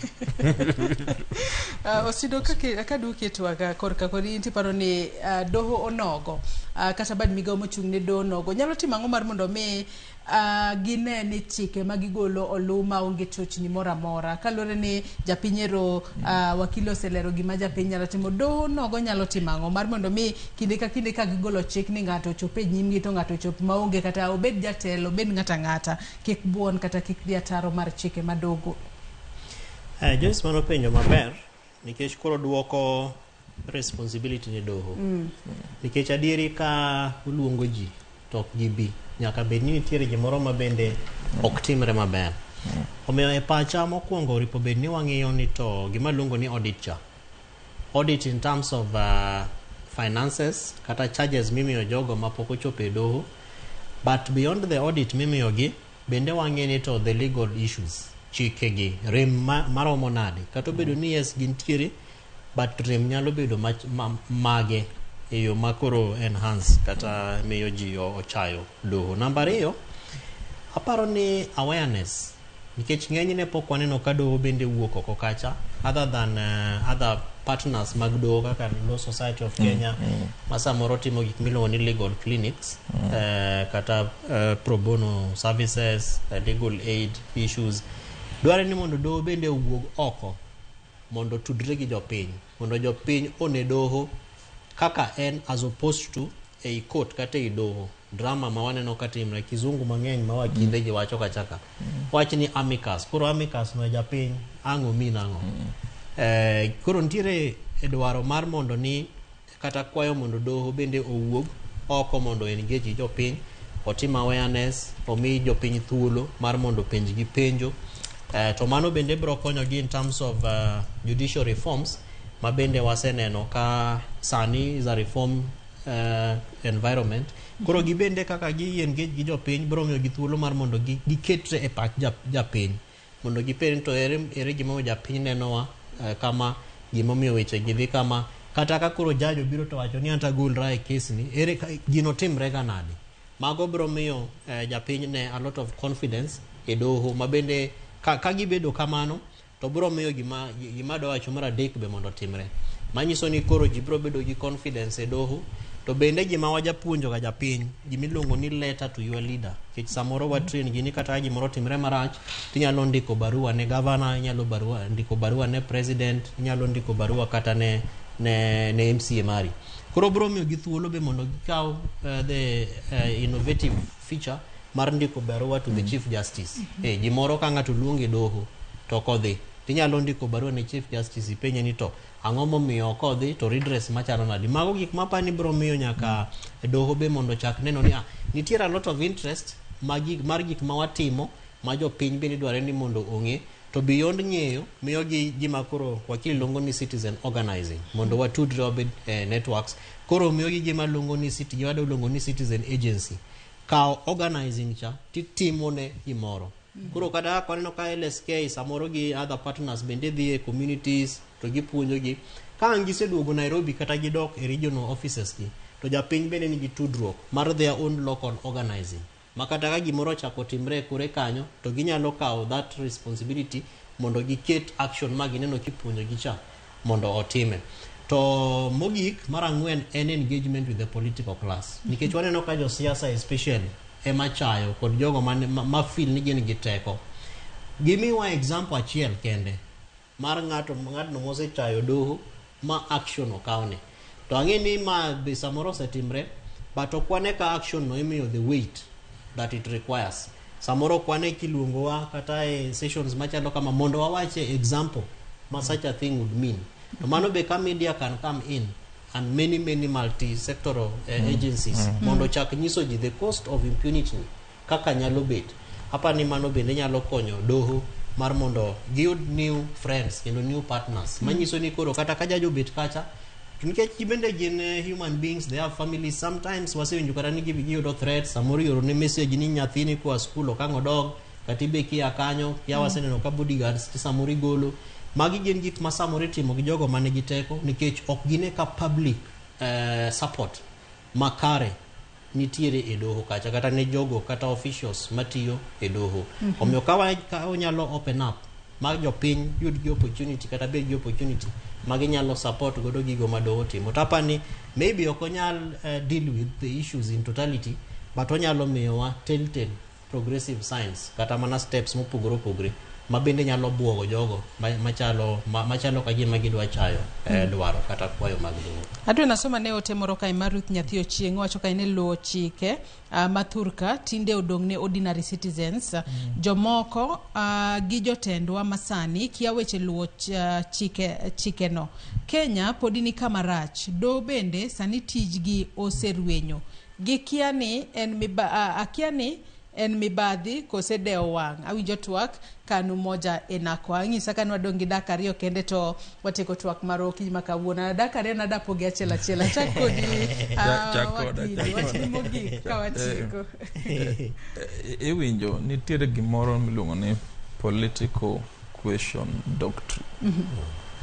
Kaka wache gi dholuo tama. En ni ande ka inie doho to doho tije oken resolve weche siasa. Shida mar Kenya momiyo wan gi mibadhi mang'eny, momiyo ji ochayo offices mopogore opogore, momiyo offices gin weak, ok gin tije doho, gin siasa culture ma Kenya. Gimomiyo an aneno ni solution wuok kuom raia. Doho biro mana luwo kopo ni un conscious unge gimudwaro. Doho gi nang'eyo ng'eny jok matiye doho. Ang'eyo ni ng'eny gi timo tich maber. Nitie ariyo adek maricho adieri mantie process midil go. To ng'eny gina mbese wa giendi. Kapa Kenya gore piny to gibro gore piny kata moloya nikech an anyalo wuok Kenya sa saya. Gino kapakre ni gisiwuok Kenya ka. Iwinjo. Koro doho ng'eny ji laumu nikech ok gionge thuolo mar wuoyo mondo giwach gima gitimo.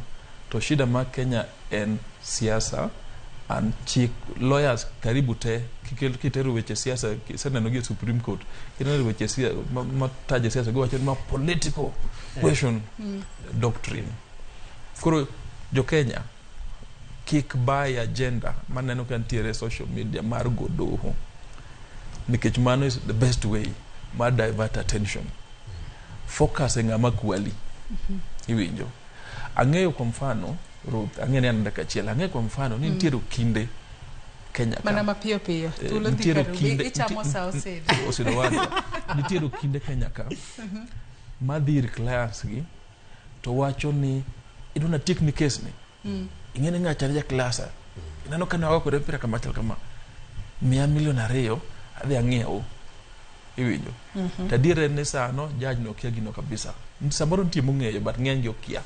Ero kamano. Tulo maru. Abrudu.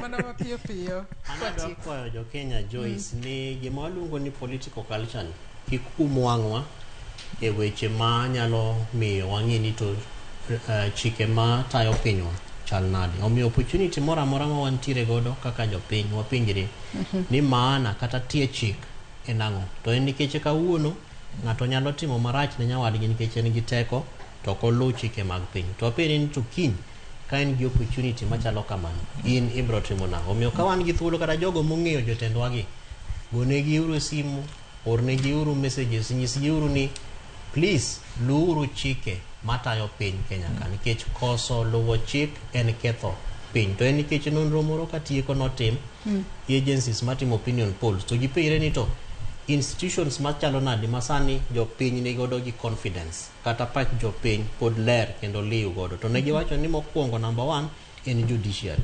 Omiyo judiciary be wakwayogi ni gidhi mbele gi timo transformative cases. Waseneno ka gitimo mang'eny kacha kata jogo luwo gik ma giwacho kata ok giluwo but jo Kenya to ng'iyo kaka utiyo.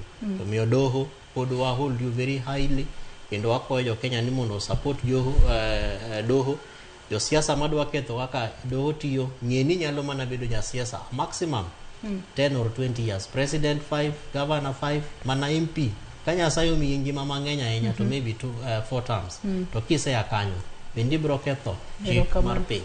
Erokamano ahinya Kevin Osido kachiel kodin wakili Eric Omolo kuom kawo thuolo maru kinyi makawuono ubi wabede twaka e chenro mar mbako romo gi thuolo ni anyisi ni jotelo mano moriwo IG Kanja kachiel kod jatend migawo mochung' ne weche go mag arita noriko chope doho kata kamano nyaka gisani ok gichope doho. Mano jatenda obila Douglas Kanja kachiel kod jatend migawo mar arita mano Kipchumba Murkomen ok gichope doho kendo gioro mana yalo kata jolosa e loge. Kata kamano jang'ad buche mano Mwamunye ong'iso Danstan Omari mochung'ne e lo jatend migawo mar arita mar mondo mi owuog oko. Bura ma kamano waluno achiel kachiel wabobedo ka wakelo ni e weche manyien mamoko mag odiochieng' ma kawuono. Nyakwara Mogi Ajwang' ibed kod odiochieng' maber, oriti masani. Nyinga Joyce Udur.